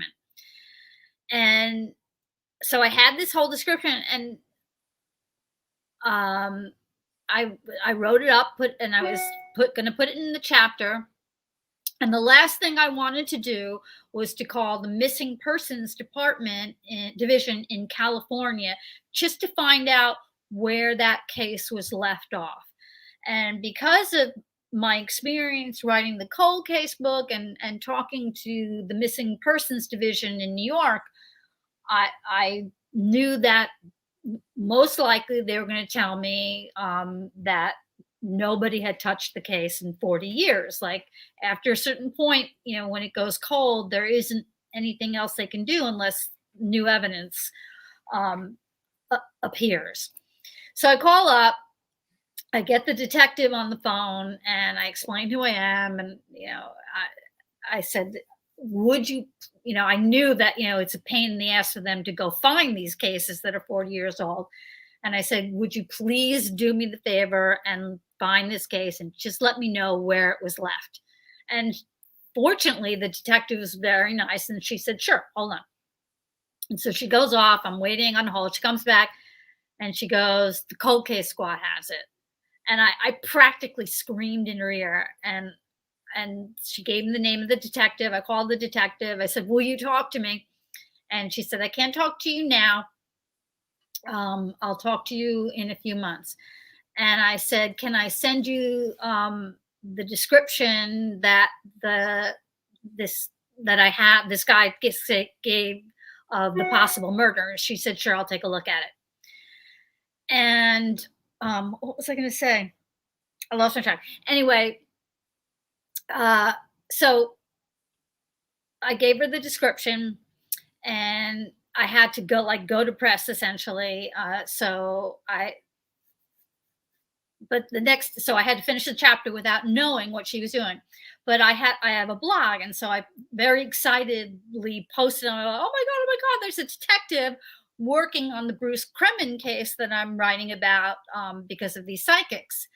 And then the next day I get email from another writer. He said, well, as it happens, I'm writing a book about all these missing children that happened around the same time in the same place. And I had come I found some evidence that they were all connected to this one guy who had already been known to have killed children in the area, and there was evidence connecting the boy I was researching and someone he was researching, and he found new evidence. He brought it to the cold case squad, and they had reopened the case, and they are investigating this one guy. And it wasn't until after my book was published that the detective looked at what Harold Sherman had described. And he said that what he saw was a man with dark complexion, wearing khaki pants and a red and black checkered shirt, had abducted Bruce Kremen. And people at the campsite had said that they saw Bruce Kremen walking away, holding the hand of a man with khaki pants and a red and black checkered shirt. And Harold Sherman certainly had no way of knowing this. And 40 years later, that information was buried in these detectives' files. And the description that he wrote of the murder scene, she said, I can't say for sure, since we have not solved it, but what he said is plausible based on what we think. So it turns out what Harold saw, and he saw it way before this information had become available, was correct. Wow. That is just chilling right there. Yeah. Chilling. Oh, Oh, by the way, and there was a horrible case. Like there were all these children that went missing, and they believe it was this one guy, but they so far have not been able to prove it. But he did confess to some of the murders, so he was likely the person who murdered these other children. Disgusting. Absolutely disgusting and chilling. Let's get into poltergeists here. We don't do a lot of poltergeist talk on this show. We probably should do more. But do you have any cases that you looked into regarding poltergeists? Well, the new parapsychology people were always looking for a poltergeist case to study because they thought that was going to tell them something about psychokinesis, the ability to move objects through senses that we don't know anything about. The problem was, unlike hauntings that can go on for years, poltergeist cases are usually very brief. And by the time they heard about them, they were long over. But the exception to that was this home on Long Island here in New York in 1958. And it was a family that were experiencing a bunch of disturbances, bottles, the tops would pop off, things would fall off counters, things would slide across the table and off the floor. And the first thing they did was call the police, which, by the way, when I read that, cracked me up, because the police, some of them have an open mind, but they're typically skeptical about everything. I mean, they're not, well, whatever. I don't have to say any more. I could just see like the guy getting the call, like, so we have these things moving through the air. Can you come and help? And like, yeah, sure. We'll come and help you. Yeah. But they did send a guy, and a detective who was assigned to a case, Joe Tazzi, and he did everything he could to solve the case. The case files luckily still exist. It was like a file this thick, and I read through. He called every possible expert. He called scientists. He called engineers. He called people at the airport to see if anything they were doing could have caused the movement in this family's house. He just did a wonderful job, and reading his files were hysterical. Like, because he was, just he was a cop. And so, instead of saying things, were flying through the air, he would say the object moved like 20 degrees southwesterly direction. And, it just very dry. It was very funny. So anyway, so somebody contacted the parapsychology lab and said, do you want to come down and investigate? And they said, absolutely. They sent one of their scientists, a man called Gaither Pratt, who went there. And the minute he got there, like he knocked on the door, they opened the door and something crashed in the basement. So things were just continually going on. And he ended up staying there, I forget how long, but he wrote a complete and thorough report of 67 events that had taken place. They were able to find logical explanations for all of them, but 17 that could not be explained by any normal means. So they said this is a real and valid case. I tried to track down everyone in the family. I spoke to the wife of the detective. Was it the wife or the daughter of the detective? Now I can't remember. A relative of the detective, and she gave me a great story. Because I said, "What did your father think? I mean, did he believe in poltergeists? What did he think?" And she said, "No, he didn't believe in any of that."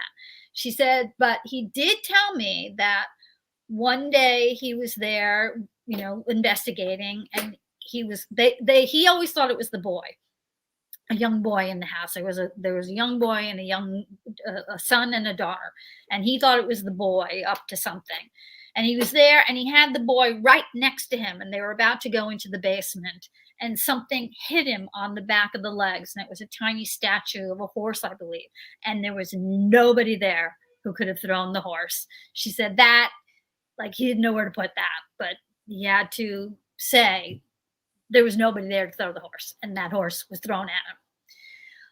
So they wrote up the report. I talked to the daughter, who is now a woman. I don't know how old she is, a middle-aged woman. And she grew up and she was a science teacher, I believe she said. And I said, did these things really happen? What do you think? And she said, yes, they definitely happened. She said, I don't believe in the paranormal, but things did fly off shelves, off tables, and all these things happened. She just believes that someday there'll be an explanation for it. Don't you love that? I don't believe in the paranormal, but I got things flinging around my house. Well, that can't be explained. Well, I know what they mean, and I'm kind of that way myself. I have an open mind. I just think we will be able to explain them, and the paranormal will be normal. It'll be a scientific thing, it'll be something that we now understand. I'm not sure this is coming out right, what I mean. No, I understand. You know what? It's always good to have a skeptical mind. Just, when you do a show like this every night, like we do, kind of laugh at little things like that because so many people are afraid to believe what's going on in front of their own eyes as well. I talked to this guy oh God, see, I have the worst memory in the world. This is what I worried about. But I think he was at Princeton, and he also did research. Robert John, he did research in this area, and I liked what he said. He said, I think that there's, how there's different field theories, electromagnetic, gravitational, strong, weak. He said, I believe that we're eventually going to discover another field, another force that will be the explanation, like an information field that we can tap and learn things that we just don't know about yet. That makes sense. That makes complete sense. And I think that's what a lot of people are trying to accomplish in this field right now without the actual scientific data that goes along with it. They're trying their damnedest, though, which is very cool, to say the least. So for poltergeist activity to telepathy, you also looked into telepathic research that they were doing at the laboratory at Duke University. I want, actually, something you said just now I think is very important. You talk about people trying to find out more who don't necessarily have scientific degrees. And I think people like that get written off. And I think myself, to a certain degree, I have in the past written those people off, but now I feel bad about that.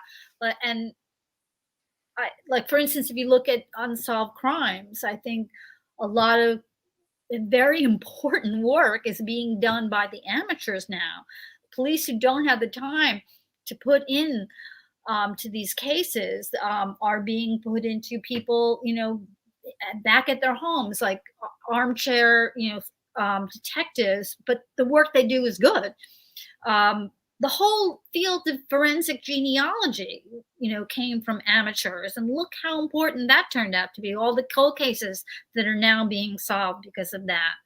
Or that guy, the diver who just solved the missing persons case. There's a bunch of divers, apparently. This is something I didn't know about, who are solving cases. So I think we should give a lot of respect to the people who don't necessarily have degrees.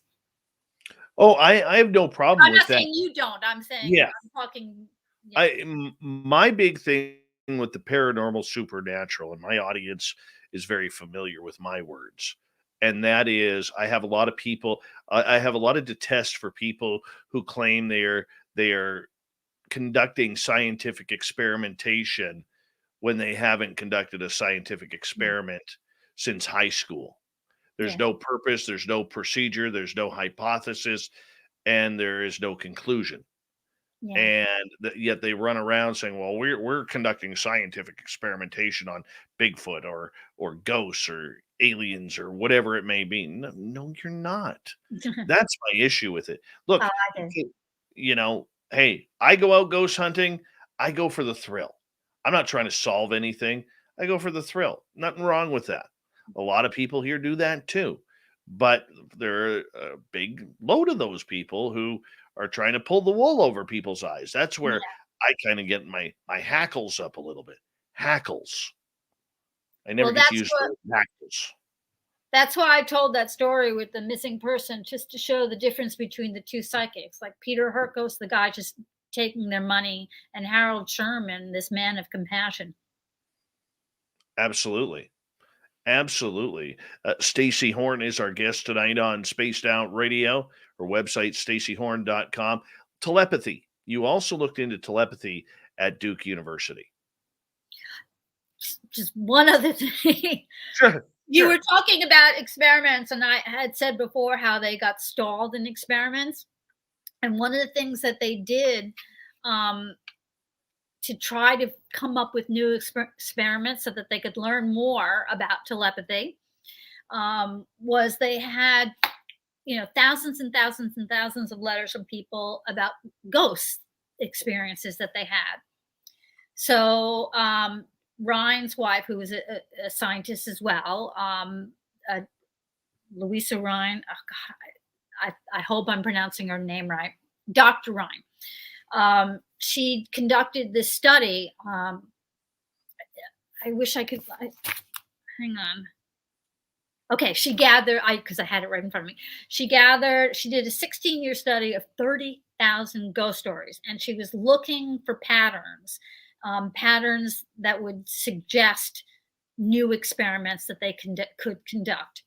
But in the process, one of the things that she learned was that people heard ghosts more than they saw them. They would hear things like footsteps, things moving. They would hear people talking that weren't there more than they would see them, which was something not known about ghost stories. So that was an important piece of information. But another thing that she said that she wrote about was the fact that there was nothing for most of them, there was nothing to indicate mental illness. And she brought that up for a number of reasons, like because she had narrowed down, like they had many more than 30,000 letters and ghost stories, but she was narrowing down the people who didn't give signs of mental illness. So she was trying to discount, hallucinations from schizophrenia or things like that. And so she posed a theory that it could be that hearing things is a lot more normal. Like maybe a lot of us hear things that aren't there. It isn't necessarily a sign of mental illness. It might be just a normal human experience to hear things that aren't there. And this, I didn't know this because I wasn't aware of this area of research, but that is now an accepted thing in the scientific world, that a lot of us hear things. Like, hearing things is normal. And in the papers that I read, they acted like this was a brand new thing to think, but she had said it like in the 1940s. Creepy. Very creepy. Now, when you looked into the whole telepathic side of everything, because I love this topic, we got about 4 minutes to go before we have to go to break at the top of the hour. Have you ever tried telepathy on your own? Well, I did the ESP test with the cards, and I could not. No skills whatsoever. Alas. See, that is something that I am totally intrigued by, is the whole telepathic side of everything. If there was something that I wanted to learn more of, it would be trying to figure out communication, because I do believe that that is something that our brains have the ability to do, but we just haven't figured it out yet. Well, J.B. Ryan and his scientists tried very, very hard. They tried studying children. They tried studying people who couldn't see or couldn't hear, just to see if they were better at it because they couldn't see or couldn't hear. They did every group, every test, every combination they could think out, trying desperately to learn more, and they were unable to. All they could do was prove again and again that this ability exists, but they could not find anything about how to augment it or how it operated. Amplify it, I should say. So I'm sorry.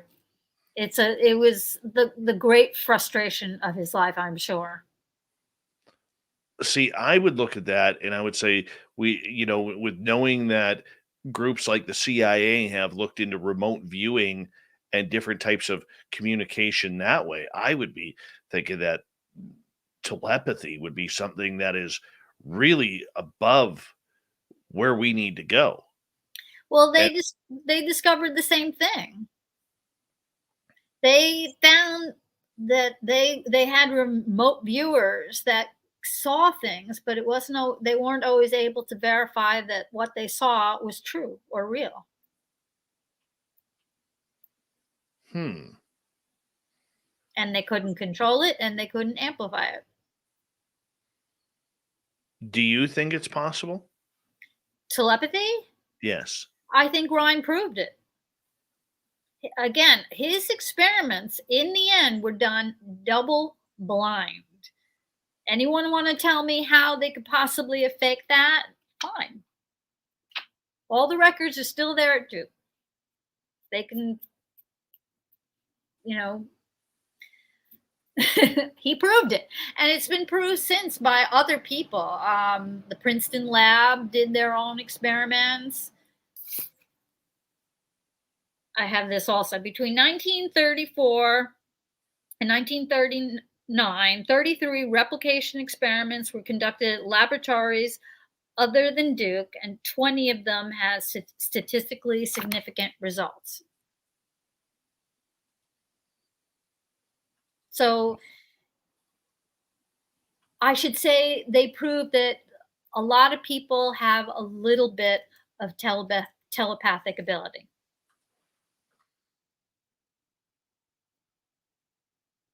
I would love to have that. Yeah, that would be a cool thing to have. That'd be really cool. I have conducted some experiments on it with friends far away. Never works. Yeah. Never. But I think you have to be in like full control of your consciousness in order to do that.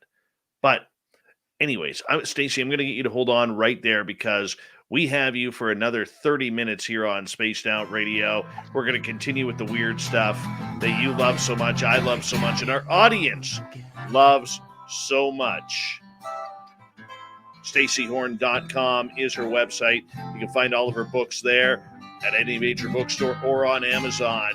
Spaced Out Radio's hour number 3 coming up next.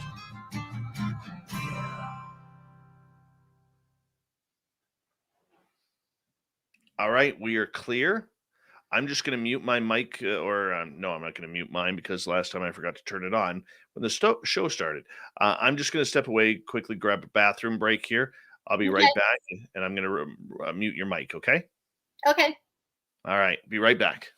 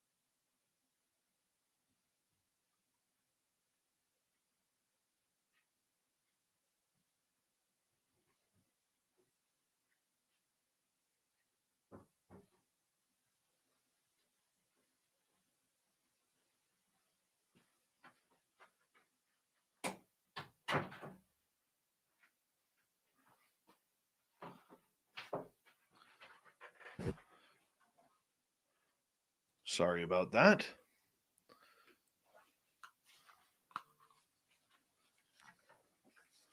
Yes, Stacy can see your comments, Larry. She can see your comments. I am trying to read them. Fap says, you'll know all the Canadians invaded Vegas because you'll see all their dog sled teams at the Hotel Valet. Very true. Very true. All right. We have just a couple minutes left here.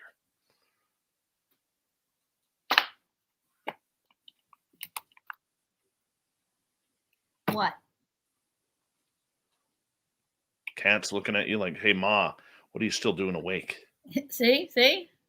Mm-hmm.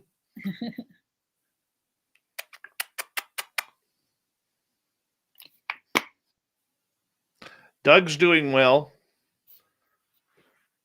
Hey, third phase of moon. How you guys doing, man? Yeah, that's a good one. Let's show you that. Big interview with Avi Loeb. Good for you.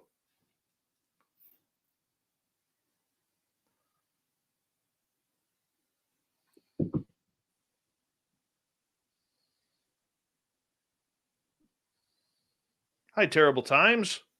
The gorgeous Choral, how you doing? All right, we have about 90 seconds. Nicola's liking this show.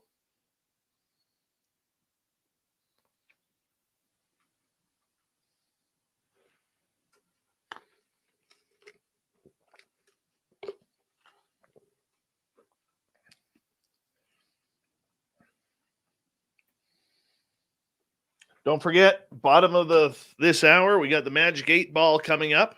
So make sure you get all your questions ready. We'll warm it on up here soon.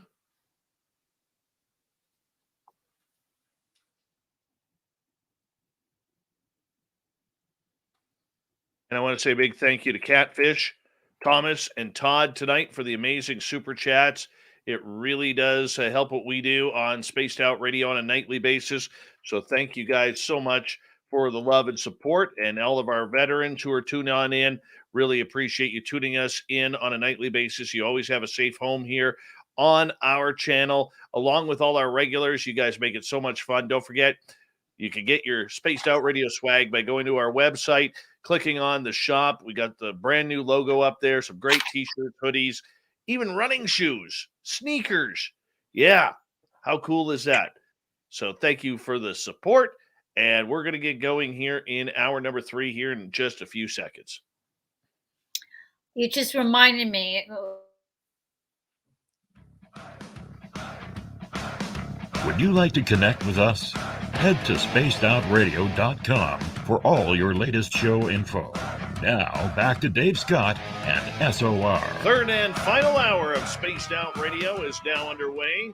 My name is Dave Scott. Thank you so much for taking the time to join us. We really do appreciate earning your listening ears wherever you are on this beautiful planet we call Earth. Hello to everyone listening in on our terrestrial affiliates around North America and digitally on TalkStream Live, Revolution Radio, and KPNL. All of our archives are free. Go to youtube.com/Spaced Out Radio. Just do old Davey the favor, hit that subscribe button. The Desert Clam has set the password for tonight in the SOR Space Travelers Club. What do you got for us, Clam? Balustraria. Balustraria is your password. Use it wisely, Space Travelers, as the Clam sets the password each and every night right here on Spaced Out Radio. Our website is spacedoutradio.com. We have a plethora of features for you. Rock out to Bumblefoot, read Shirky Poo's Newswire, check out our swag as well. Follow us on Twitter at Spaced Out Radio, Instagram at Spaced Out Radio Show, and now on TikTok at Spaced Out Radio. For the final time tonight, we introduce author Stacy Horn. StacyHorn.com is her website where you can check out all of her books. And we're talking about this weird book she has called Unbelievable: Investigations into Ghosts, Poltergeist, Telepathy, and Other Unseen Phenomena from the Duke Parapsychology Laboratory. How interesting indeed. Stacy, thank you so much for joining us. Welcome back. Thank you.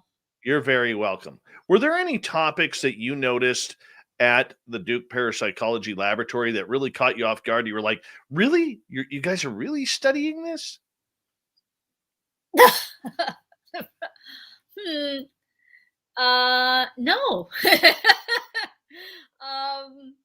No, I think the biggest shock for me was all that math when I first got there, again, because I don't know statistics and I didn't know, like, how am I going to do an adequate job writing about statistics without learning statistics? So I did make an effort to learn enough about statistics to at least understand what they were doing, but I'm certainly not a master at statistics. So what I did instead was, remember I talked about scientists being very rude? Well, these scientists would just like jump all over, their experiments, pointing out problems. And I would follow the back and forth, like Ryan would respond. They'd go, well, what about this? What about this? And I would just follow the tennis match of arguments until the end. And in the end, these scientists always had to concede, like the problems that they pointed out either weren't there or had been addressed. And each problem Ryan had an adequate response to. So it was always ended in a stalemate, though. Like, they wouldn't say, okay, I accept your experiment or your results. They say, okay, I accept that the problems that I pointed out weren't there. In fact, they got the guy who essentially invented statistics. What was his name? Fisher, R.A. Fisher. I may have the name wrong, but essentially the preeminent guy in statistics looked at their work and issued a statement saying, say what you will about this field, there is no problem in their math. Did you ever look into the UFO phenomena while you were there? I only to see if they did. And I found very, very little records of anything that they pursued in that area. I mean, I love UFOs. I want to find a UFO. I want to see a UFO. So anytime I have an opportunity like that, I do look. But I couldn't find anything really. That surprises me. That really surprises me, considering the fact that, UFOs being such a hot button topic the last few years, and the reality that it's coming forward. I'm surprised it didn't go for that. The only thing I can think of is, again, they did have that lab was created to find evidence for life after death. And so they might have thought, well, this not fit into what we're here for. Were they close to finding the reality of life after death, in your opinion? Well, no. They certainly didn't think that they found evidence. Telepathy could be an indication that there is a possibility, but they could not answer that question definitively, no. The Cousins brothers from Third Face of Moon are asking, do you think Project Stargate done by the CIA has been decommissioned, or do you think they're still active? I honestly don't know. But if I would guess, I'd say it has been decommissioned, not because people wouldn't love to have that ability and to have a tool like that. I just think that they probably hit the same brick walls that everybody else does in this field. Again, not because it's valid, but because they can't control it. So what's your thoughts then on remote viewing and the fact that the CIA delved into that, along with the fact that they may still be delving into it? Well, I didn't look into that too much just because I was writing about the Duke Lab, but I did look into it, and I did speak to that guy. I cannot think of his name. Do you know his name? He's really well known. Like he's written about it. He was part of that. John Alexander? No. But anyway, and I did read the lab was in contact with I think pretty much all the arms of the military, the Navy, the Air Force. Not sure about the Army. Oh, I was starting to say, before we went to the break, the Air Force did build an ESP machine, by the way, and they issued a report about that in 1963. But I did read experiments that they had conducted. The Air Force hired the Duke Lab to look into, I know this isn't very sexy or interesting, but they hired the lab to figure out how pigeons honed, because they thought that might be a telepathic ability. And the remote viewing experiments that I read, and these were ones that were being done, and they weren't called remote viewing at the time, I believe in the 40s and 50s. Anyway, the experiments that I read that they conducted were very exciting. So I could see why that prompted them to go into it more seriously. I can't remember specifics. Again, this has been a while, but the remote viewers were able to describe things on airplanes, and just a lot of it went over my head just because I'm not an aeronautical engineer, but what they describe led the people who are aeronautic engineers to go, oh, whoa, like they revealed something about some technology that they didn't know, and they said this is very credible what they're saying to us that they're seeing. All right. Hal Puthoff, I believe, is the person you were thinking of. Nope. For the remote viewing? No, because he has been all over it too. Sorry. That's all right. That's all right. Not a problem. Not a problem. Now, does the Duke Parapsychology Labs, are they tied to the federal government or any alphabet agencies regarding their research with the phenomena?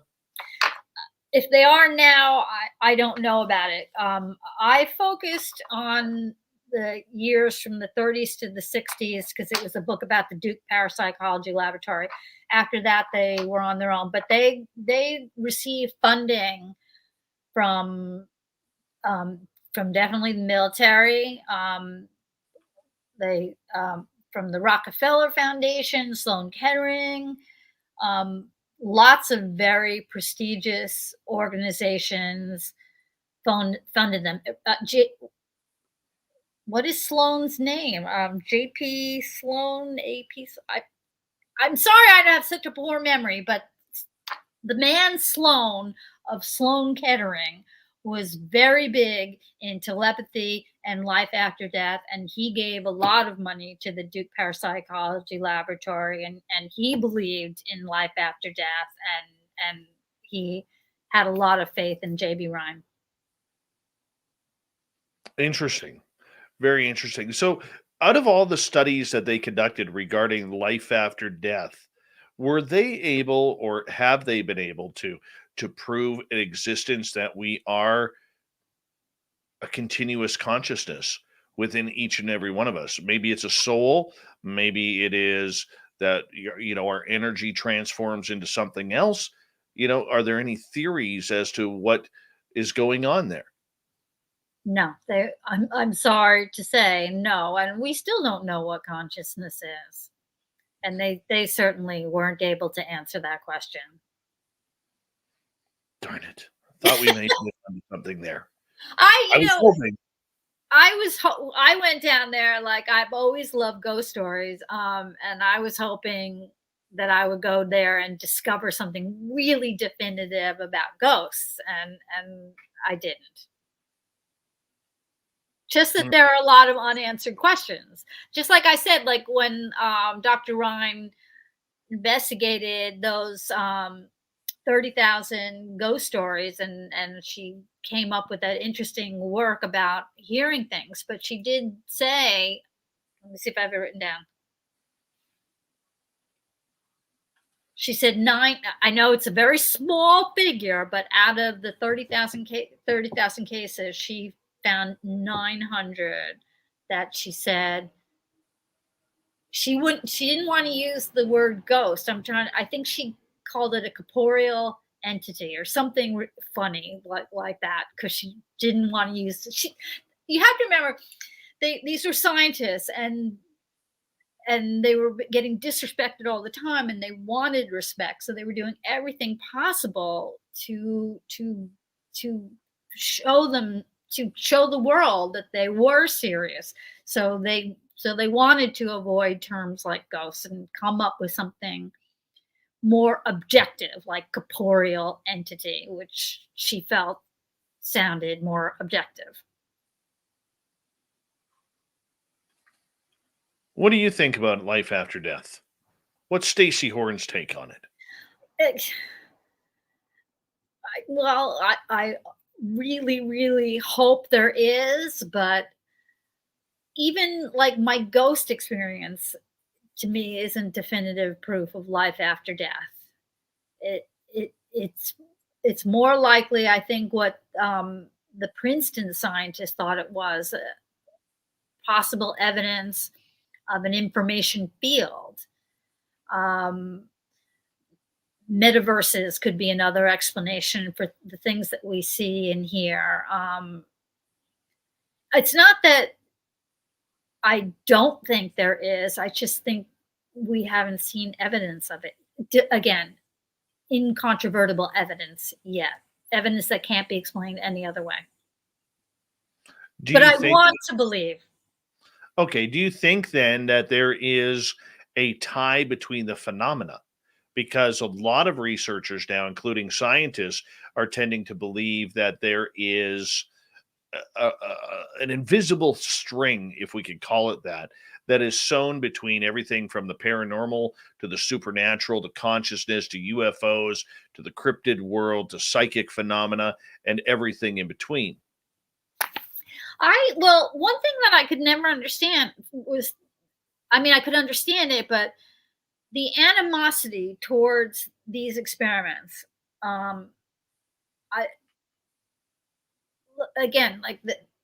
when anybody who took the time to look at them would see that they could not be explained away by fraud or wishful thinking or whatever. And so I called a journalist for the New York Times, I don't want to name names, but a science journalist for the New York Times. And I said, look, and I explained the situation. I said, never mind what belief. I said, these experiments are valid. Do you know any scientists who would speak to me about why they are so rejected? and so he gave me the name of a physicist, and I spoke to this physicist about it. His name is Andre Lind. Because now I can't remember like exactly the quote that he gave me, but I'll have to paraphrase. But I explained, the experiments that he did and why I think that they weren't fraud, wishful thinking, whatever, sloppy. And I said, let's say, they were all the controls were in place and they were good experiments. What do you have to say to that? Like, for what he found? And he had written a paper that had addressed it, and I had that quote in my book, and I wish I had it in front of me, but it basically said that we don't know enough about the universe, that it is possible that these are natural phenomena that we just currently don't understand. But he said it a lot better than that. And Einstein was in contact with Upton Sinclair, who was very big into telepathy. His wife was, actually. And Einstein was extremely skeptical and condescending, not condescending, but kind of didn't want to talk about it, deal with it. But he did read the book that was sent to him, and he said, your book has somewhat convinced me that we should not go through life with blinders on when it came to this subject.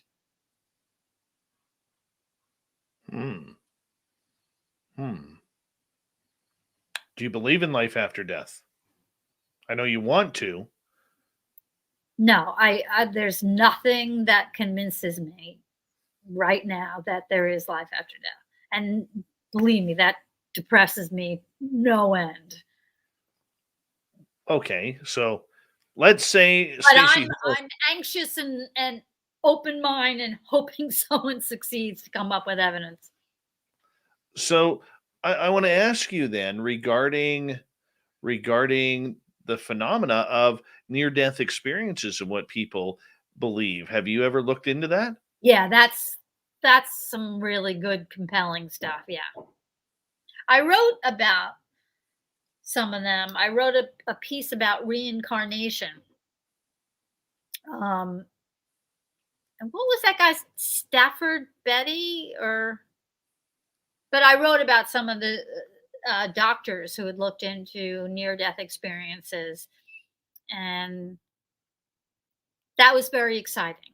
But I'll tell you, in the course of my research into that, I almost want to not believe it, because not everybody who has a near-death experience has a good one. So if there's True. life after death, it could be horrible for some.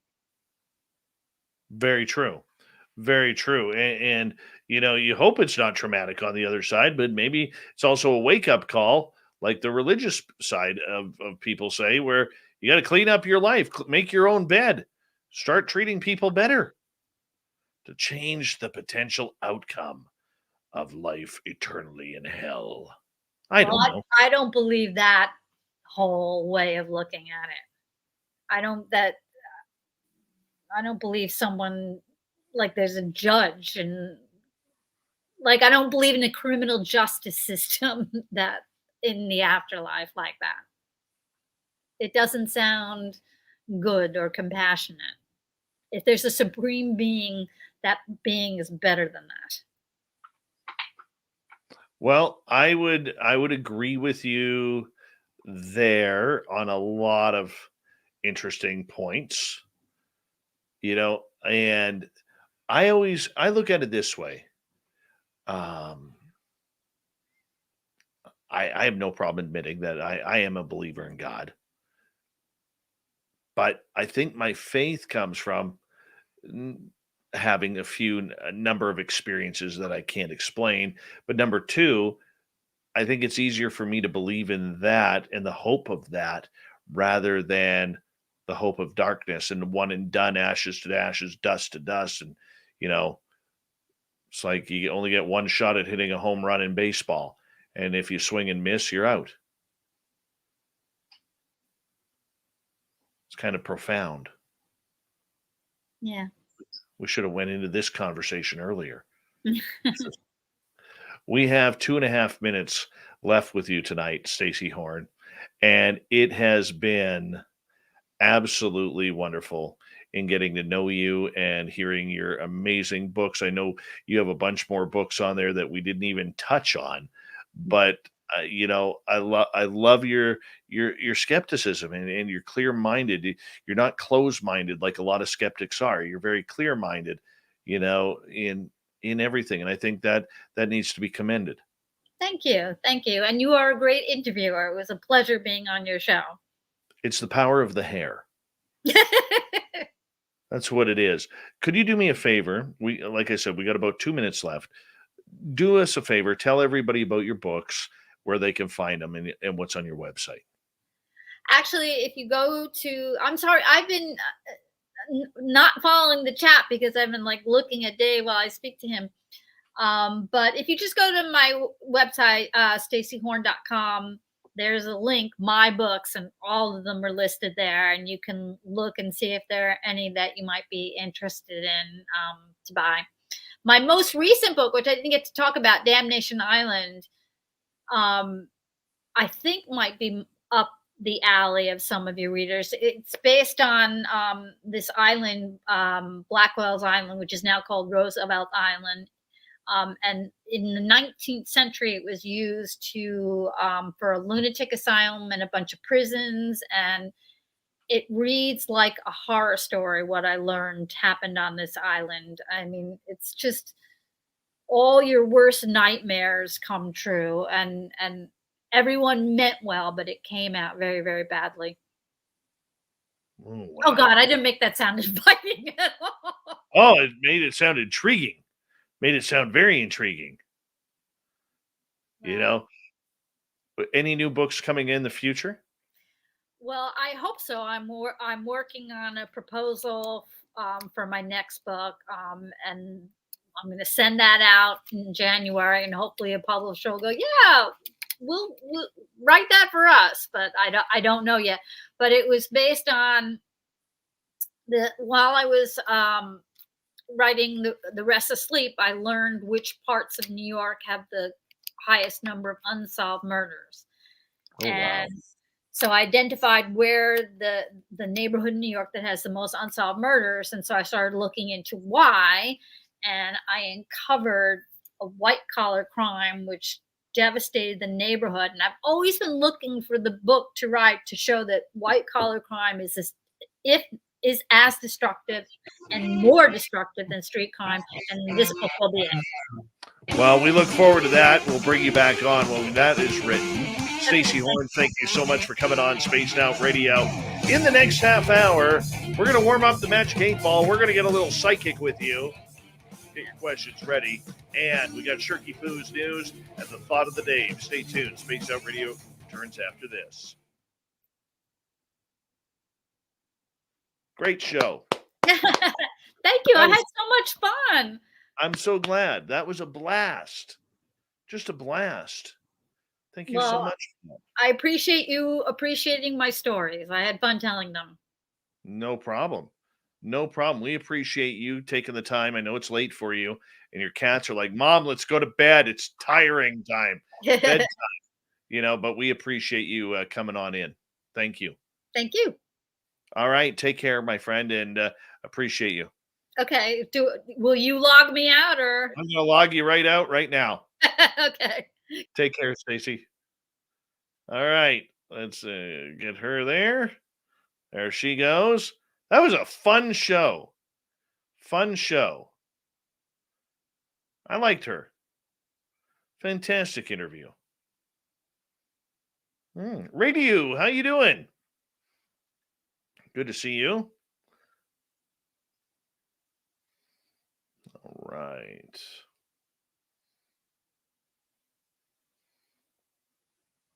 She was pleasant. Very energetic. What's happening over there, Gong Show? Hey, Thin Lizzy. I don't know if you heard me earlier about on the TikTok. Could you put up that latest Mars photo? Get some public opinion on that, whether or not it's a crash site of a UFO on Mars, if you don't mind. I'd appreciate that. All right, don't forget that April 22nd to 24th, we're going to be gathering in Las Vegas, Nevada for a weekend of SOR partying and fun. No, it's not a conference. No, it's nothing with a schedule. It's about all of us getting together for a weekend of chilling and having fun in Vegas. Now, Lynn Wallington and I are going to make up the itinerary here pretty quick of where we're going to meet, what's going to go on, and so on and so forth. But we want to make sure that we have some good times with you guys. We've been calling for it for a couple of years, and damn it, now it is time to do so. We know the dates, April 22nd to 24th. I'm probably going to go down on the 21st, which is a Thursday, and leave on the Monday morning so we can check it on out and hang on out. And I'm going to bring in some friends and some former guests of the show who not only live in Vegas, but maybe surrounding areas to come up and join us and just have a big party.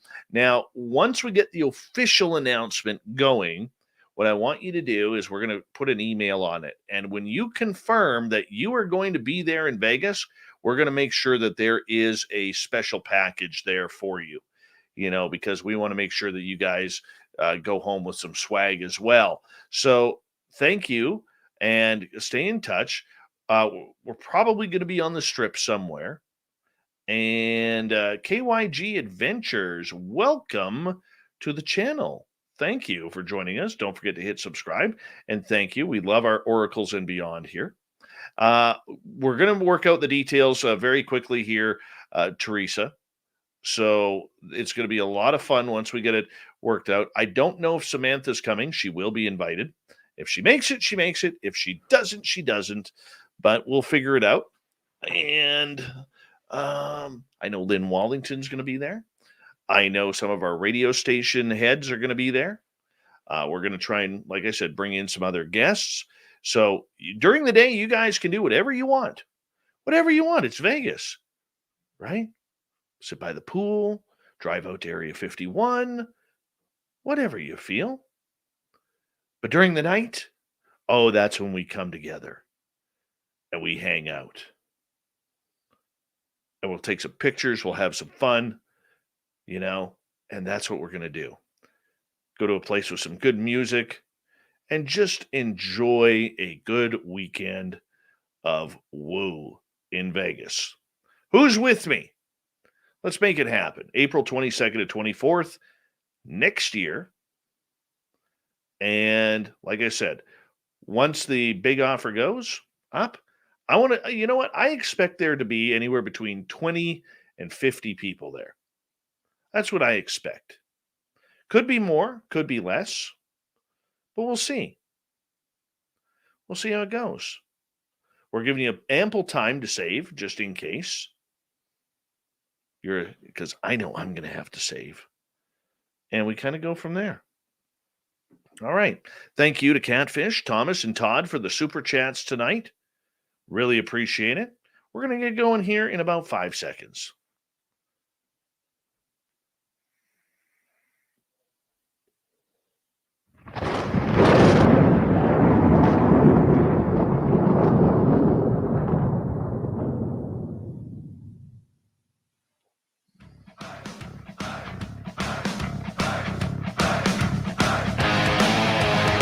We've rounded third. We're heading for home tonight on Spaced Out Radio. My name is Dave Scott. Thank you so much for taking the time to join us. We really do appreciate earning your listening ears. Want to remind you that if you miss portions of this show or others, check out our free archives by going to youtube.com/Spaced Out Radio. Do me the favor, hit that subscribe button. Our website is spacedoutradio.com. where we have a plethora of features for you. Rock out to Bumblefoot, read Shirky Poo's Newswire, check out our swag as well. Follow us on Twitter at Spaced Out Radio, Instagram at Spaced Out Radio Show, and now on TikTok at Spaced Out Radio. Bree is doing a fantastic job getting our videos up there as well. You know what it's time for? Let's get a little psychic, shall we?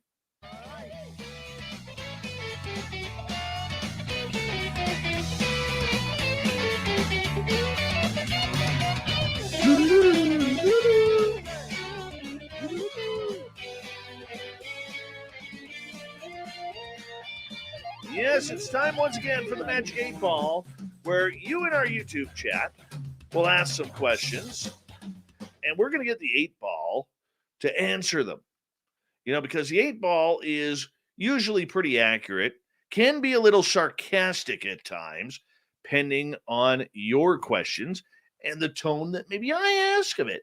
But you know what the one thing about it is? Rarely ever wrong. So the Magic 8 Ball tonight is brought to you by me because I just wanted to bring it to you. So there's our sponsor tonight, me. Here we go.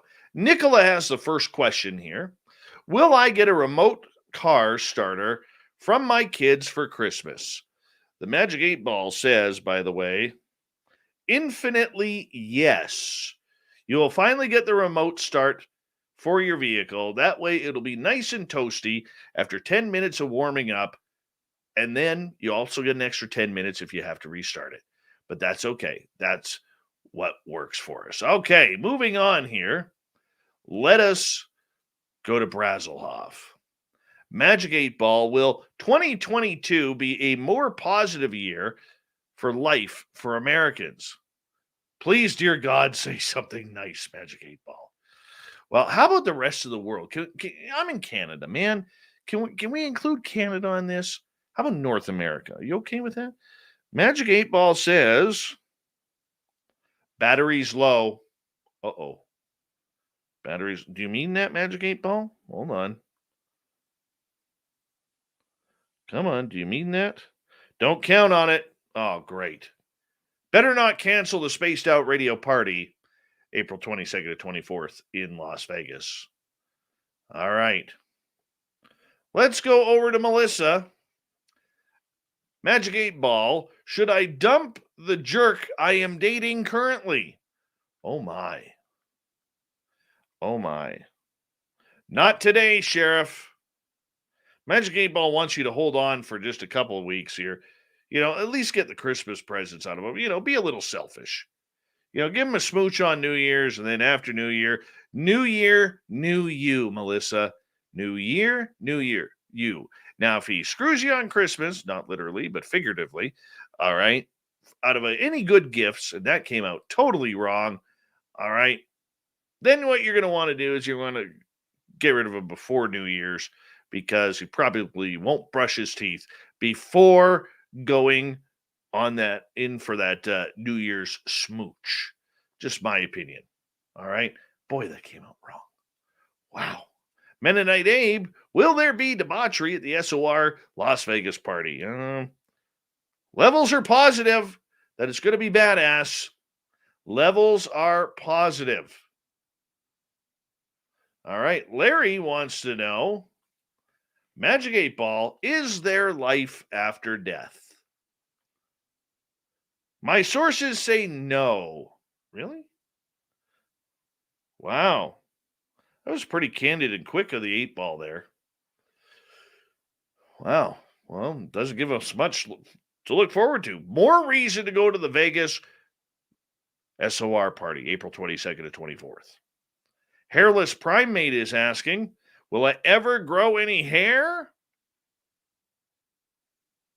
Out of fuel. Try again later. Not today, man. Nope, you're going to be bald through the winter. You might get a good summer coat, but it's going to be thin. It's going to be thin. All right, let's move on to Spooky here. Will Spooky make it to Vegas 2022 SOR Woo Party? Well, let's see here. Reply hazy, try again. Probably because we're 5 months away. Let's try again. It wants us to try again. We're going to try again, Spooky. It is decidedly so. It is decidedly so. Thin Lizzy is asking, will I run into money for Las Vegas? Infinitely yes, Spooky. Or pardon me, Thin Lizzy. Thin Lizzy, I apologize. Infinitely yes. All right. Michael Leger, the Michael Leger, is asking, all right, will Dave have a conversation with an alien? Don't count on it. Maybe my days are done. Maybe I've communicated enough. No more Carl. No more aliens. No more abductions. In a way, that would kind of suck. I got a lot of questions. Oh, I hate questions about me. Choral, should I come and move overseas closer to the SOR ufology family? The answer is, without the Magic 8 Ball, yes, yes, you should. Here we go. Levels are positive that you should make the move and come to the Vegas party, Choral. At least come for that. You will enjoy that. All right. What else do we have here for the Magic 8 Ball? Well, let's see here. Let's see. David Lopez wants to know, will I be abducted by aliens? Hey, David Lopez, how you doing, man? Let's see here. The answer is, don't count on it. You don't got what the aliens have or need. You're lucky. You don't want that stuff, man. You don't want it. Maybe seeing an alien, sure, but you don't want the abductions, man. Trust me on that one. All right, Felipe. Will the SOR crew ever come with me to hunt some chupacabra and have it for dinner? Felipe, that sounds awesome, man. As I see it, yes, says the Magic 8 Ball. As I see it, yes. Felipe, let's do this thing, man. Let's do this thing. How about that? Melissa wants to know, will Chad Smith, the Chad Smith, buy her a plane ticket to go to the Vegas party? Don't count on it. He could be Ukrainian at times. No, the real answer to that is Chad Smith doesn't fly. He's like Mr. T. He doesn't like to fly, but he may drive with you, Melissa. See? His next words to you, Melissa, I'm not even buying a plane ticket to Vegas. No, but you may drive, my friend. You may drive. Let's go to the next question here. Coral wants to know, will I meet the little gray I saw in my dream? Are you sure it was a dream, Coral? Signs point to yes. Signs point to yes. Pinzer. Will the SOR Vegas travelers have a group of paranormal or alien experiences? Some of us are hoping. Levels are positive that we're going to get some woo down there, Pinzer. I know you're new. Are you coming to Vegas with us? April 22nd to 24th. Shameless plug again. All right. Let us know. Sandra on Vancouver Island. Hi, Sandra. Hi, Sandra. Hi, Sandra. Will I get to see the asteroid going by in the sky? I want to see that too. Problem is, all we've had is snow clouds recently. Can't see any stars. Batteries are low. In other words, it's going to be dim, Sandra. It's going to be very dim, but you got to get up early for this one. You got to get up early. Otherwise, catch it the next time around in 50,000 years, Sandra. It's one way you can look at it. Mennonite Abe is asking, that Mars photo with the potential UFO crash site, is it a UFO? Don't count on it. Of course. You know, everybody's breaking our hearts right now, including the Magic 8 Ball, and whether or not that is an actual UFO. Actual UFO. I don't know. All right. Sovereign wants to know, will Samantha Mowat be in Vegas for the party? You have my pity. I don't think she's coming, but she might. You don't know. I'll ask her. We'll see. I'm going to try and gather a list of people who are going to join us there too. Brazelhoff wants to know, did Chad Smith used to play guitar for the band POD? No, and he's not the drummer for the Red Hot Chili Peppers. This is our own special Chad Smith that we have. And the answer is, levels are positive. Oh, maybe he did. I think the Magic 8 Ball is being a little sarcastic there. Joe wants to know if he'll get off the no-flies list before Vegas. Dude, it's within driving distance of your house. Get that 72 or maybe 76. Yeah, it's a 76 El Camino. Throw some gas in it. Change the oil. You can do it, Joe.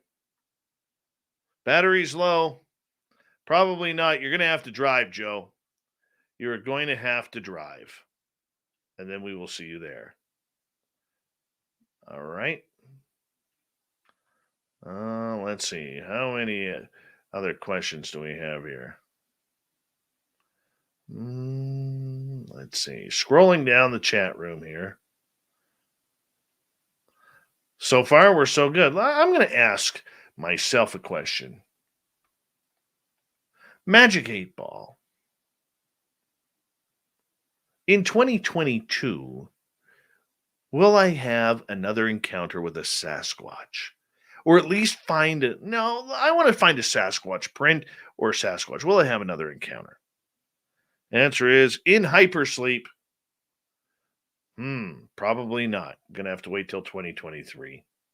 I'll ask again. Chad Smith is saying, I'll rent a party bus and drive from Michigan. Anyone in the Chad path on the way? I'll pick you up. See, that's a good team player right there, Chad Smith. That's a good team player right there. You make sure that happens. All right. Choral, will the gnome behind Dave ever come to life, Magic 8 Ball? The answer is all clear. It just might. It just might. Really? Oh. Oops. Don't want to knock that off. Almost had an accident right here in the studio. There we go. Let's see here. Do we have any more questions from our audience? Michael Leger, why do I do this? Let's find out. Levels are positive. You do it because it's positive. Makes you feel good, Michael. Whatever this is, you make it happen. Melissa wants to know, will Dave get in on the Black Friday action in 2022? You may rely on it. No, you know what? After 2 years of disappointment, of horrible Black Fridays, Not a lot of videos, no blood, no kicking, no spearing, no tripping, no running over people, no punching in the face, no brass knuckles, no sabers or swords, no daggers, no pushing, no shoving, no ripping toys out of kids' hands. Very, very disappointing the last 2 years. Stop with the online shopping, people. Stop with that. Get to your mall, especially on Black Friday in America, and start brawling again. I'm giving you one more opportunity in 2022 because the last couple of years have been highly disappointing. All right. KYG Adventures, new to our channel, is asking, will more people like my content in 2022? Ask again later is the answer. Ask again later. So it's still figuring that out. It's really about the amount of work you want to put into it. If you put in the work, you figure out the algorithms, boom, take off. That's what we did. Mennonite Abe is asking, can we cater in Taco Bell for the Vegas party? Magic 8 Ball doesn't even answer that. It says my sources say no, but that's crap because there is Uber Eats and we can get them tacos anywhere. Don't you worry about that. We will get Taco Bell in Vegas. 100%. We got time for about one or two more here. Let's go to David Lopez. Will Mr. Sasquatch be his guest speaker in Vegas? Probably not. Levels are positive. Really? How's he going to get there? He doesn't fly. He's got to walk from northern Nevada. No, that ain't happening. Come on, Magic 8 Ball. Now you're starting to play games. And finally, the last one of the night, Braslov. Will I get a new band with better bandmates in 2022? Censors read no. No. 2023, though, man, that's your year. That's your year. I got another guitarist for you, by the way. My little guy. He's ready to rock. Almost. But he's got the power chords down, and that's all you need for some juicy, heavy metal.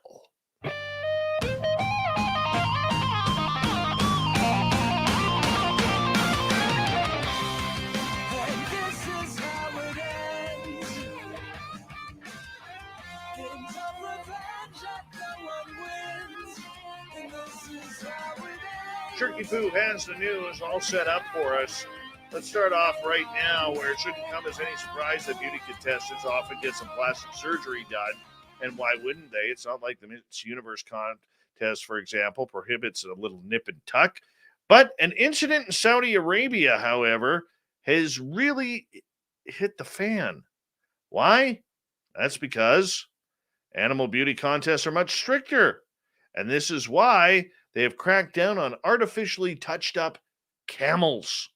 The organizers of the King Abdul Aziz Camel Festival banned more than 40 camels for plastic surgery. Their owners had gone to extreme lengths to make their animals prettier. Authorities found multiple cases where owners had stretched out the camels' lips and noses using Botox injections, rubber bands, and subdermal fillers. In addition, some owners had even given the camels hormones to boost their musculature. The club is keen to halt all acts of tampering and deception in this beautification of camels, the authorities said. How about animal abuse? Never mind beautification. How about animal abuse there? Come on. I mean, it's kind of obvious. It's kind of obvious if you ban 40 camels. The founder and billionaire behind Coinbase, an American cryptocurrency company, is now looking to cure aging and is using machine learning to do so. Brian Armstrong recently announced his new epigenetic reprogramming company called New Limit, which aims to make therapies that reverse the aging process. According to a press release from the company, New Limit will start by deeply interrogating epigenetic drivers of aging and developing products that can regenerate tissues to treat specific patient populations. Armstrong plans to employ machine learning to determine what cell features change as we age in order to create therapies that could slow, halt, or reverse the process. However, New Limit is still in the concept stage, but Armstrong says the company's founders, which includes Stanford PhD Blake Byers, have committed $105 million to get it off the ground. Boy, wouldn't Avi Loeb like to have that kind of money for UFOs?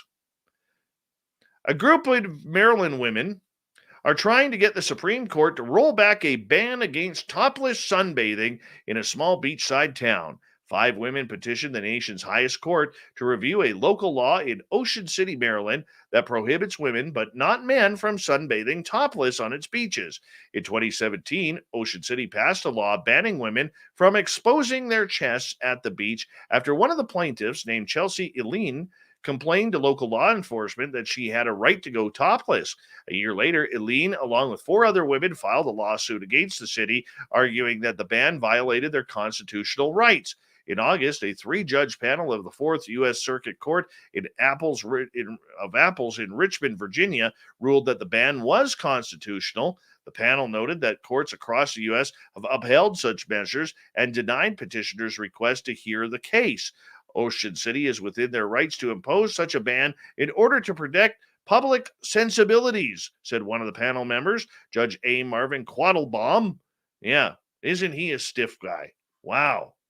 Come on, let them free. Let them sunbathe. It's all good. Make it happen.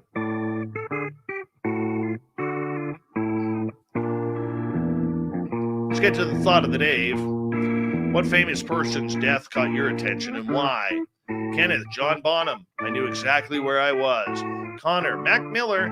He was my age. Gail, John F. Kennedy Jr. in high school. In my American history class, his death changed my generation forever. Gary, Kurt Cobain. I wasn't a Nirvana fan, more of a Melvins fan at the time, but I was in junior high and the next day people were all crying in the halls.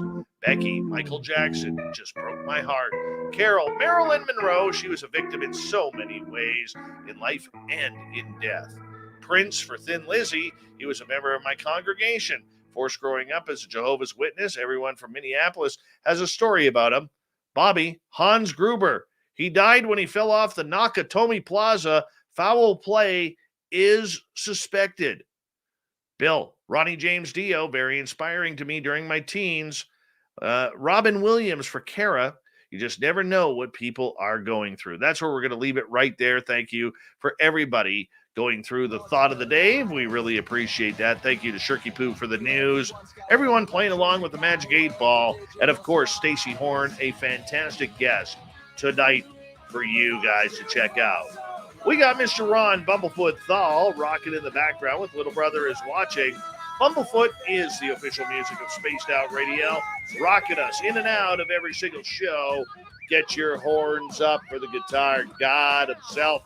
Special thanks to everybody listening in at home, at work, in your cars, wherever you may be. Thank you to everyone in our chat rooms tonight on YouTube, Twitch, LGAB, Revolution Radio, Spreaker, Facebook, the Space Travelers Club, and on Twitter at #SpacedOutRadio.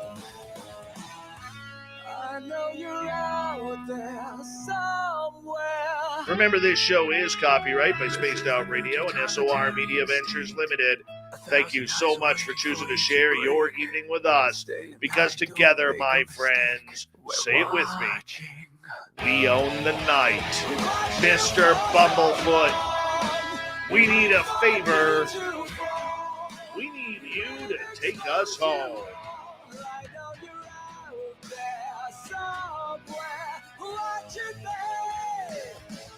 Yes, the Woo train has docked for the night, but soon, my friends, we shall ride again. Your seats are always available. Your tickets never expire. And if you want to bring a friend, we've got room for them too.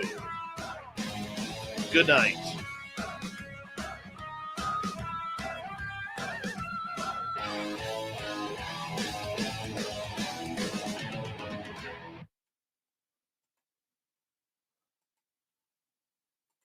That's good stuff right there, people.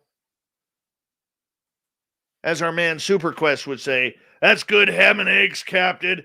Take us home, you filthy jerk. Let's do this thing. Let's get out of here. Close it on down, mothers of a... Yeah.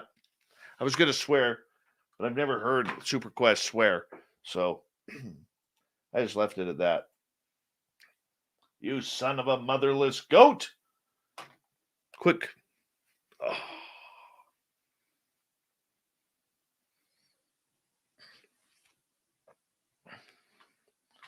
Oh, man. What a good night. What a good night of radio. Hopefully I can sleep well tonight. I haven't slept well the last couple of nights. I really haven't. Maybe I can pull this up. Hold on. Where is it here?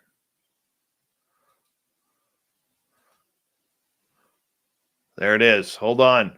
Check this out, guys. Check this out. I don't know why I didn't do this earlier. Didn't even think about it. Check this out.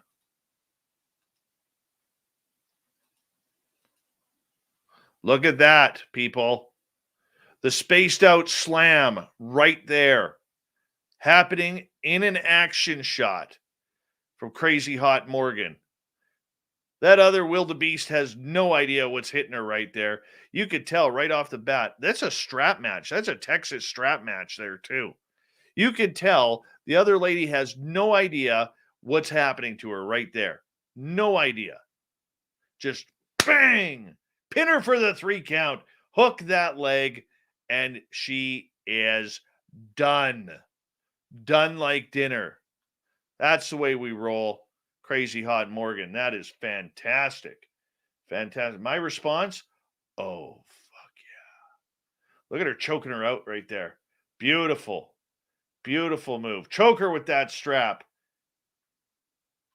Absolutely. You can follow her on Twitter, Crazy Hot Morgan, or on Instagram. Yeah, that's kind of cool. Oh, yeah. That's fantastic stuff right there. Fantastic stuff. Absolutely love it. That's how we roll around here. Let's just beat the piss out of each other. It's all good.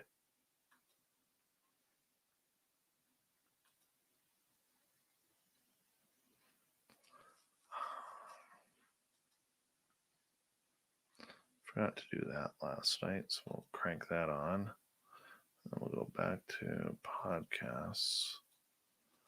Give me 2 seconds, people.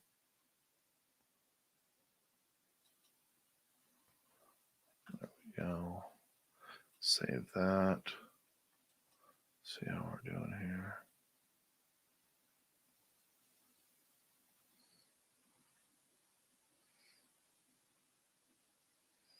All right, that's cool. Cool.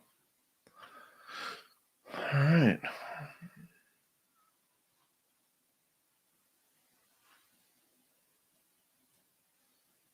Make that happen like that.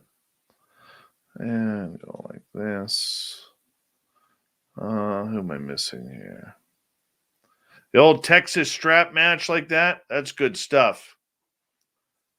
That's right. Drop a woo elbow, then hook the leg for the 1, 2, 3. That's right, Thurston. Tim McCart, how you doing, man? Thank you for coming on in. Mr. Gray Owl, good to see you.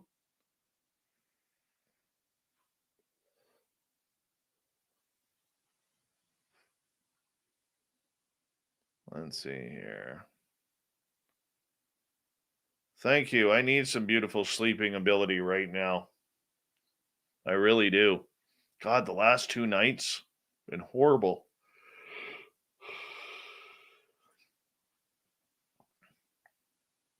Horrible. I should actually message her and say, gave you a shout out.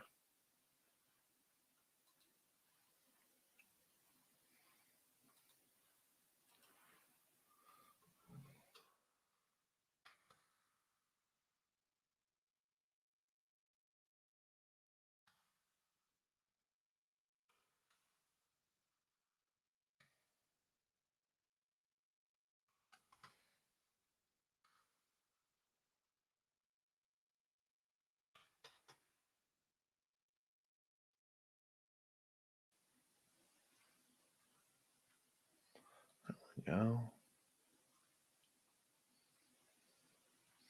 Here's a little update. This was at the end of my boys. See if I can pull this up here.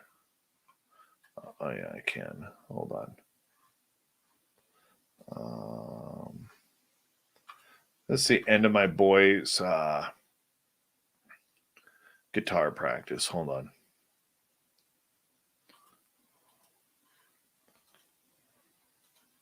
There we go. See if we can hear this.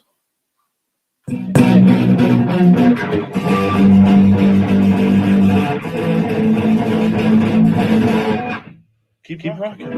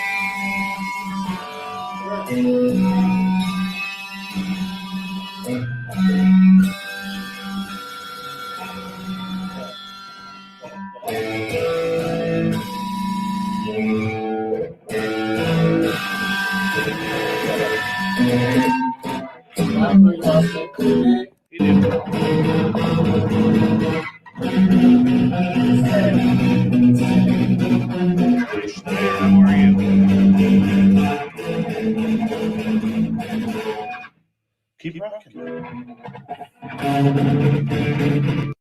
Anyways, that's remove that. That's my boy. I'm pretty happy about that. Pretty happy about that.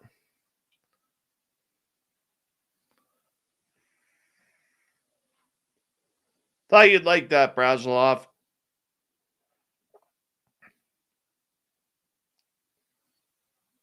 It's my boy. Damn right. Yep. His dream is to play alongside Bumblefoot. That's what his dream is. He's getting there. He was, I didn't hear it, but he was practicing the beginning of Smells Like Teen Spirit tonight with his teacher.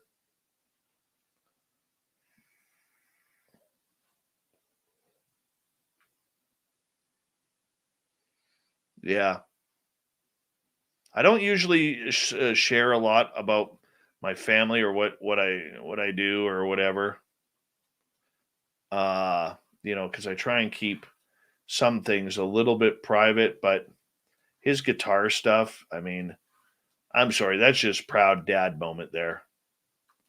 I know I don't need to apologize for it because I know you guys are real accepting on real cool stuff like that. I appreciate that.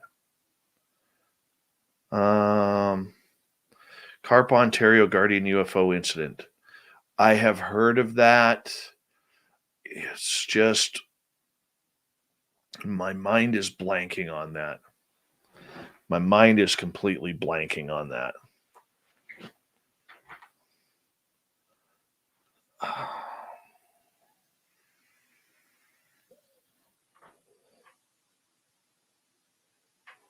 How do you guys like the Swamp Dweller feature at the beginning?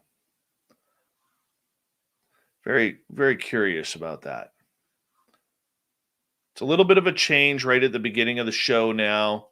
We're trying to personalize things a little bit more, you know. We're watching.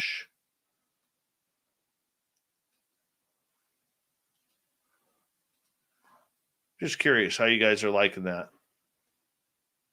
Hey, TMI, have a good night, man.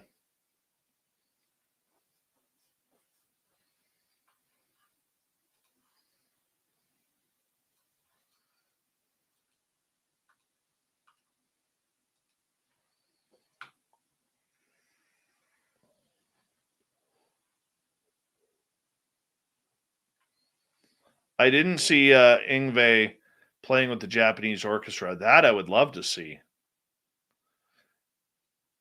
Yeah, I'm really digging the collab, man, with Swamp Dweller. Dude is real. He's pretty awesome. I apologize for the hollowness there. Okay, so I'm going to have to bring that level up next time a little bit. All right, so I'm just getting everything technically kind of set up here. I will improve on that so that way there's no hollowness or anything like that or echoing.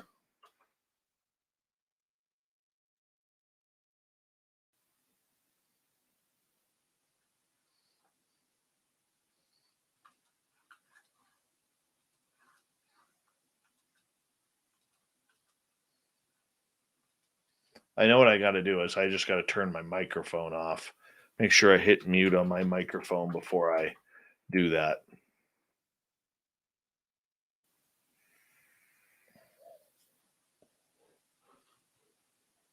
Oh yeah, Skip to my Lou. I'm a very proud dad of my boy. You know, it's kind of cool because tomorrow night, right before the show, I'll take him to hockey, and he's really loving hockey as well. So just try and keep him busy. He's loving it. I agree with you, Low Pro. There is totally life after death. Totally agree with you. But does the Magic 8 Ball really know what life is? I mean, let's be serious here for a second. I don't think it does.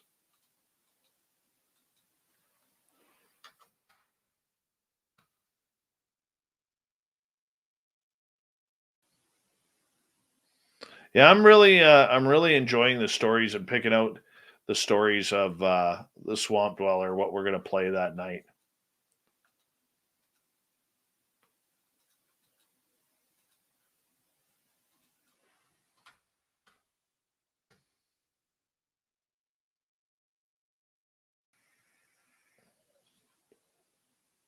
Well, Beth, do you believe in life after love? Come on, sang all about it. I can feel something inside me say, I really don't think you're strong enough, no. Do you believe in life after love, after love, after love? Yeah, there we go. Anyways, enough of that.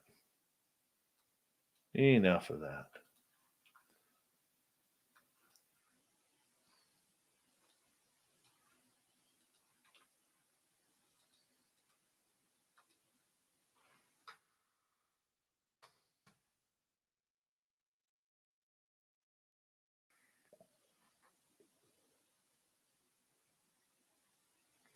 There ain't much Beth that I won't sing.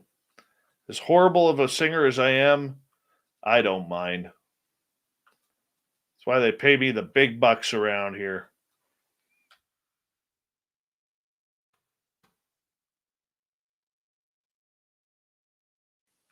Keith Watson, what's happening? How you doing, man?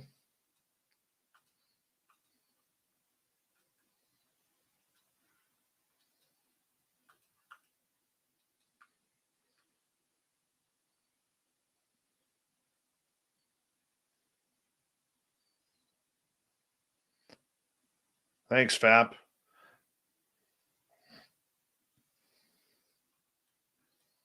You weren't even around when I gave you the ultimate shot tonight on the air. Saying Crazy Hot Morgan's husband has arms almost as big as your head. Just saying.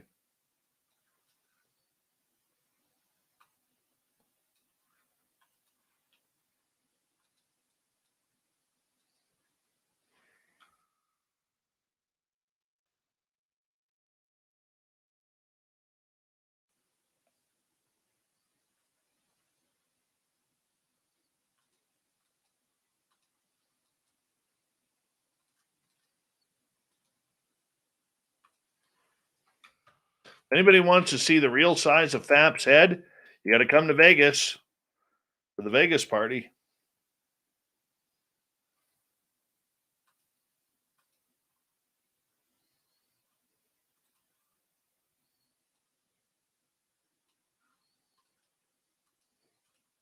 He will be showing it off there.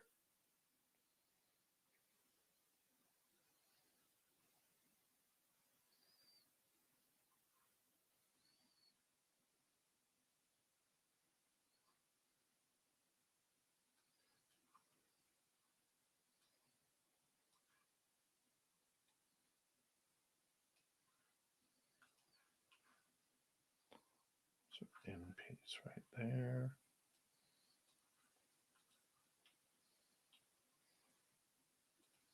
Spooky Morales is going to be there. He's going to bring his trumpet. And every time we close out the night in Vegas, he's going to play the trumpet song for us.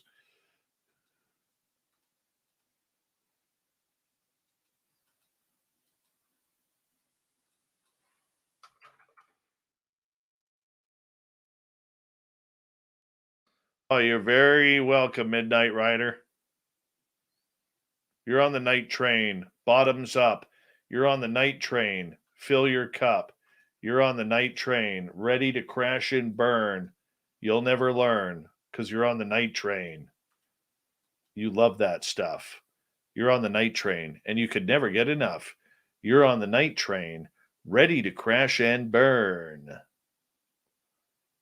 Mr. Gray Owl, yes, if you send it to info@spacedoutradio.com, that'll go to Spooky, and if you direct it to me or you want something directed to me, just throw a Dave instead of info, and you got my email.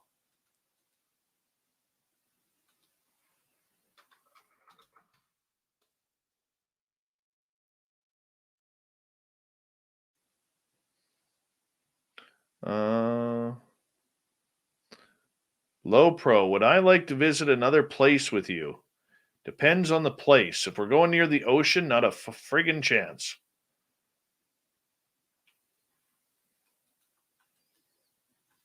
Are you picking me up astrally?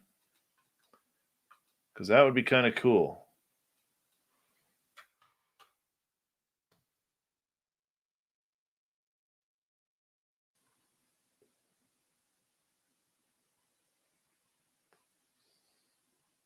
Michael Horn, no. We did a long time ago, and he just is a little too out there and antagonistic.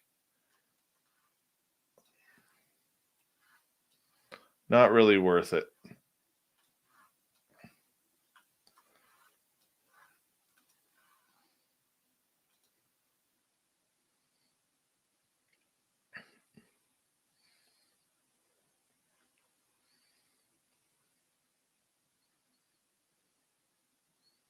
Low Pro, where are you taking me, man?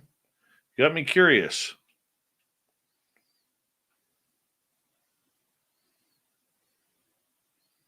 I'll tell you what I did do tonight. I did deny a media request for an interview today with a new documentary that's coming out. And I'm not going to say which one because I don't want to advertise for them. But they asked me for an interview request and I said no because of one of the particular characters that they focused the documentary around, and I don't agree with this person.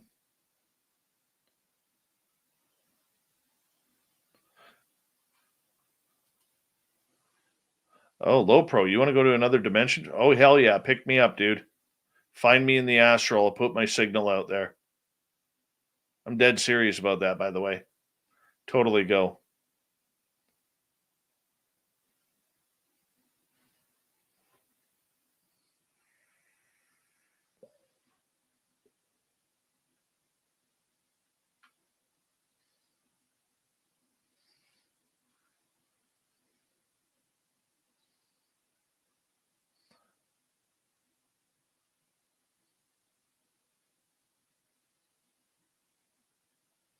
So I sent him an email back saying, what did I say here?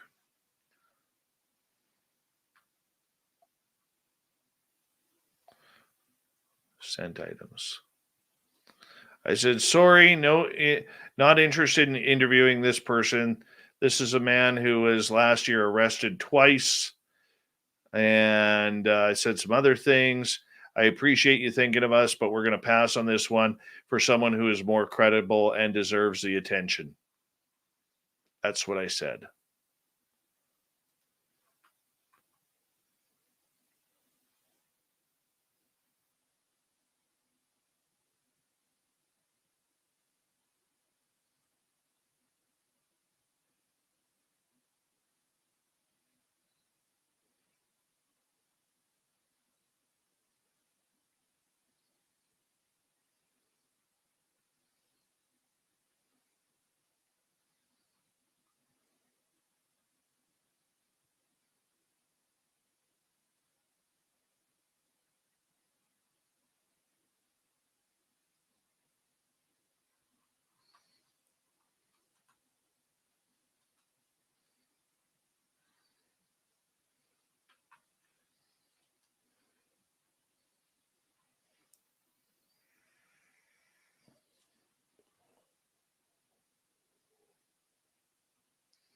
Yeah, Anjali's gone quite quiet. Quite quiet. I called it, though. Number of other people, and it's not just me. The signs are so obvious. Like I said, I think Anjali's an experiencer. I think her handlers absolutely played her to make her look like a fool, and it's not very interesting.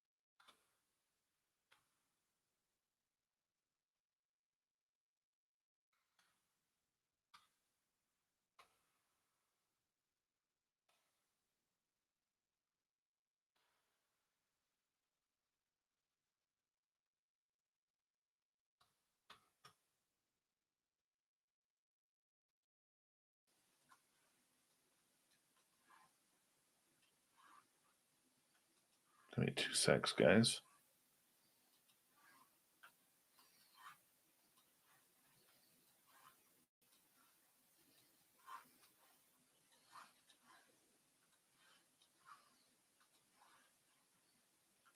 I just got to load these up here.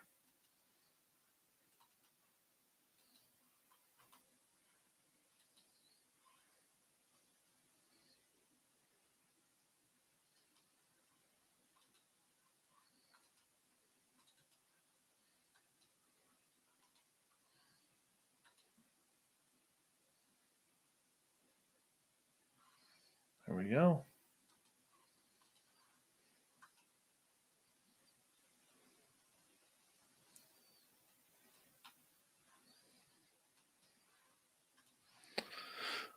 Hey, Matthew Quiet Riot. Come on, feel the noise, man.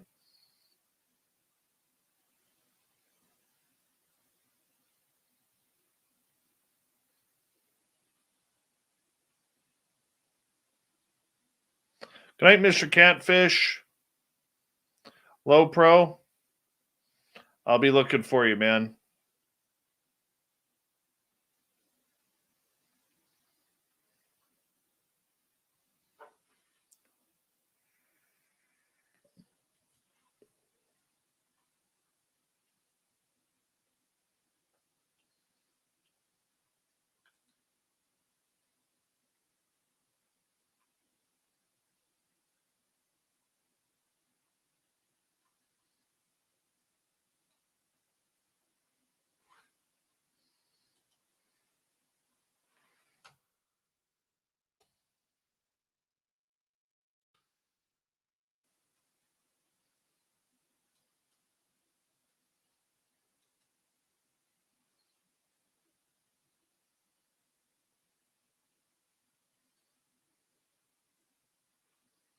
Well, let's check out our new video. If you haven't checked these out yet on our TikTok, this is what Bree is doing. She's doing an incredible job.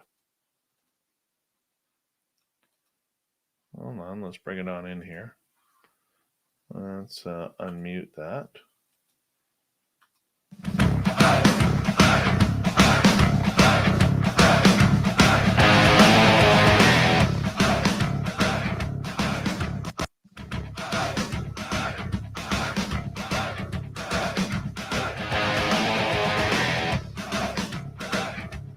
Hey, Black Dragon, we're the first official TikTok vote. Isn't that nice?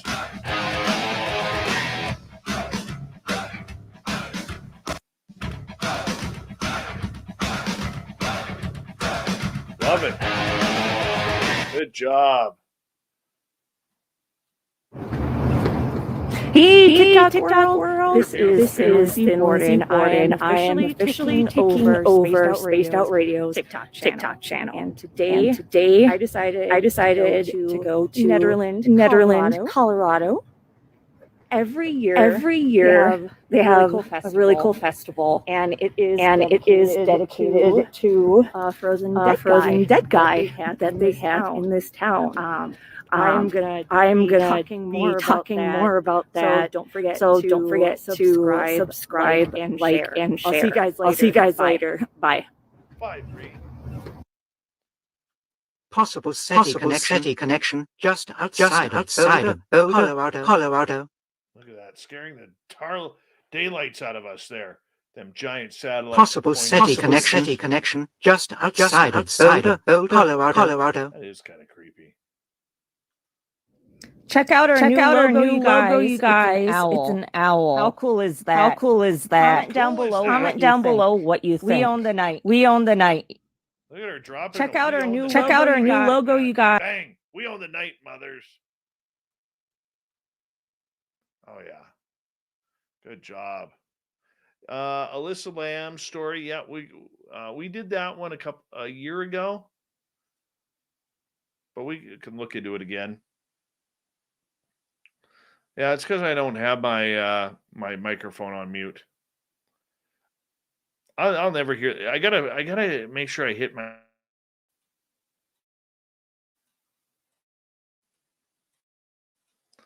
Gotta keep practicing on my mute button.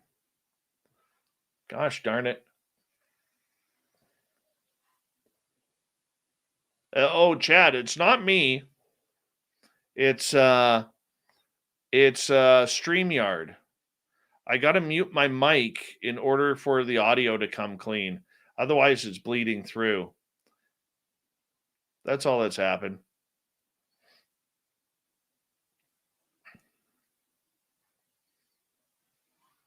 Well, if we can figure it out, we can figure it out. Why not? Tomorrow night on the show, everyone, Merle. Yes, Merle. Merle. We're going to have to Merle it up large and in charge tomorrow.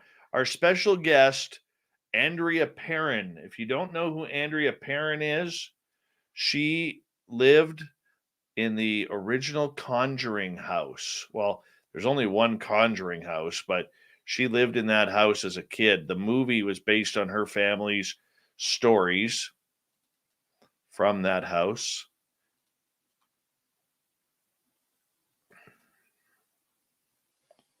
Yeah, Merle it up, people. Merle the crap out of it. I will let you take a stab at it, Chad. I'll give you some Dave time. I had Thurston hopping in on the Merle train right there.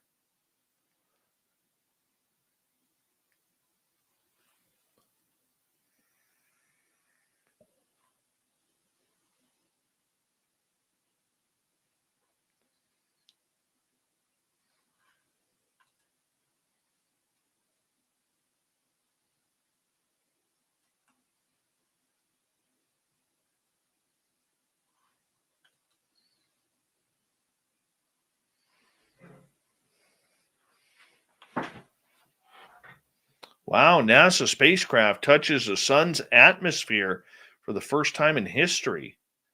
That's pretty cool.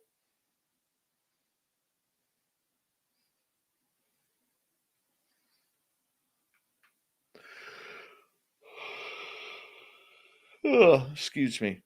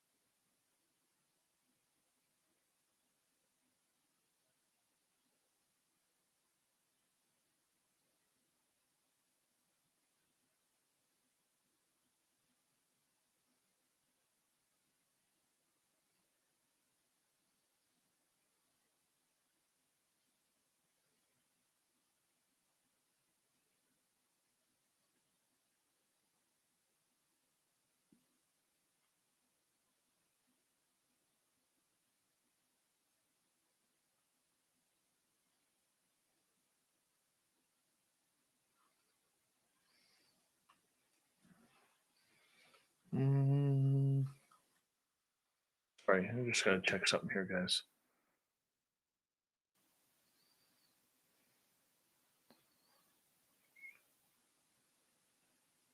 Canucks played tonight.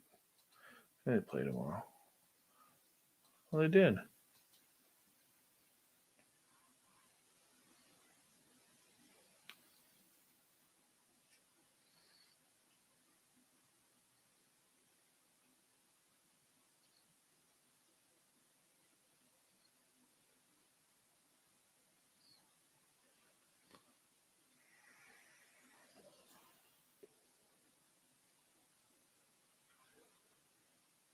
Very cool.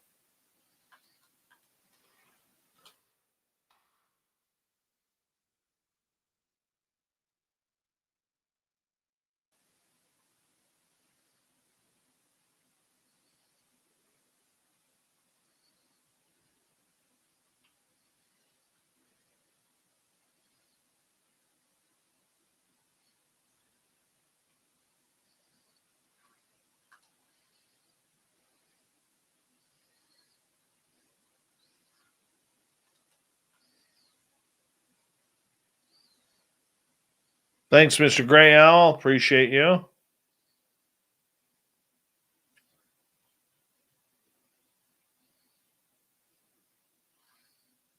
right. I will check that email.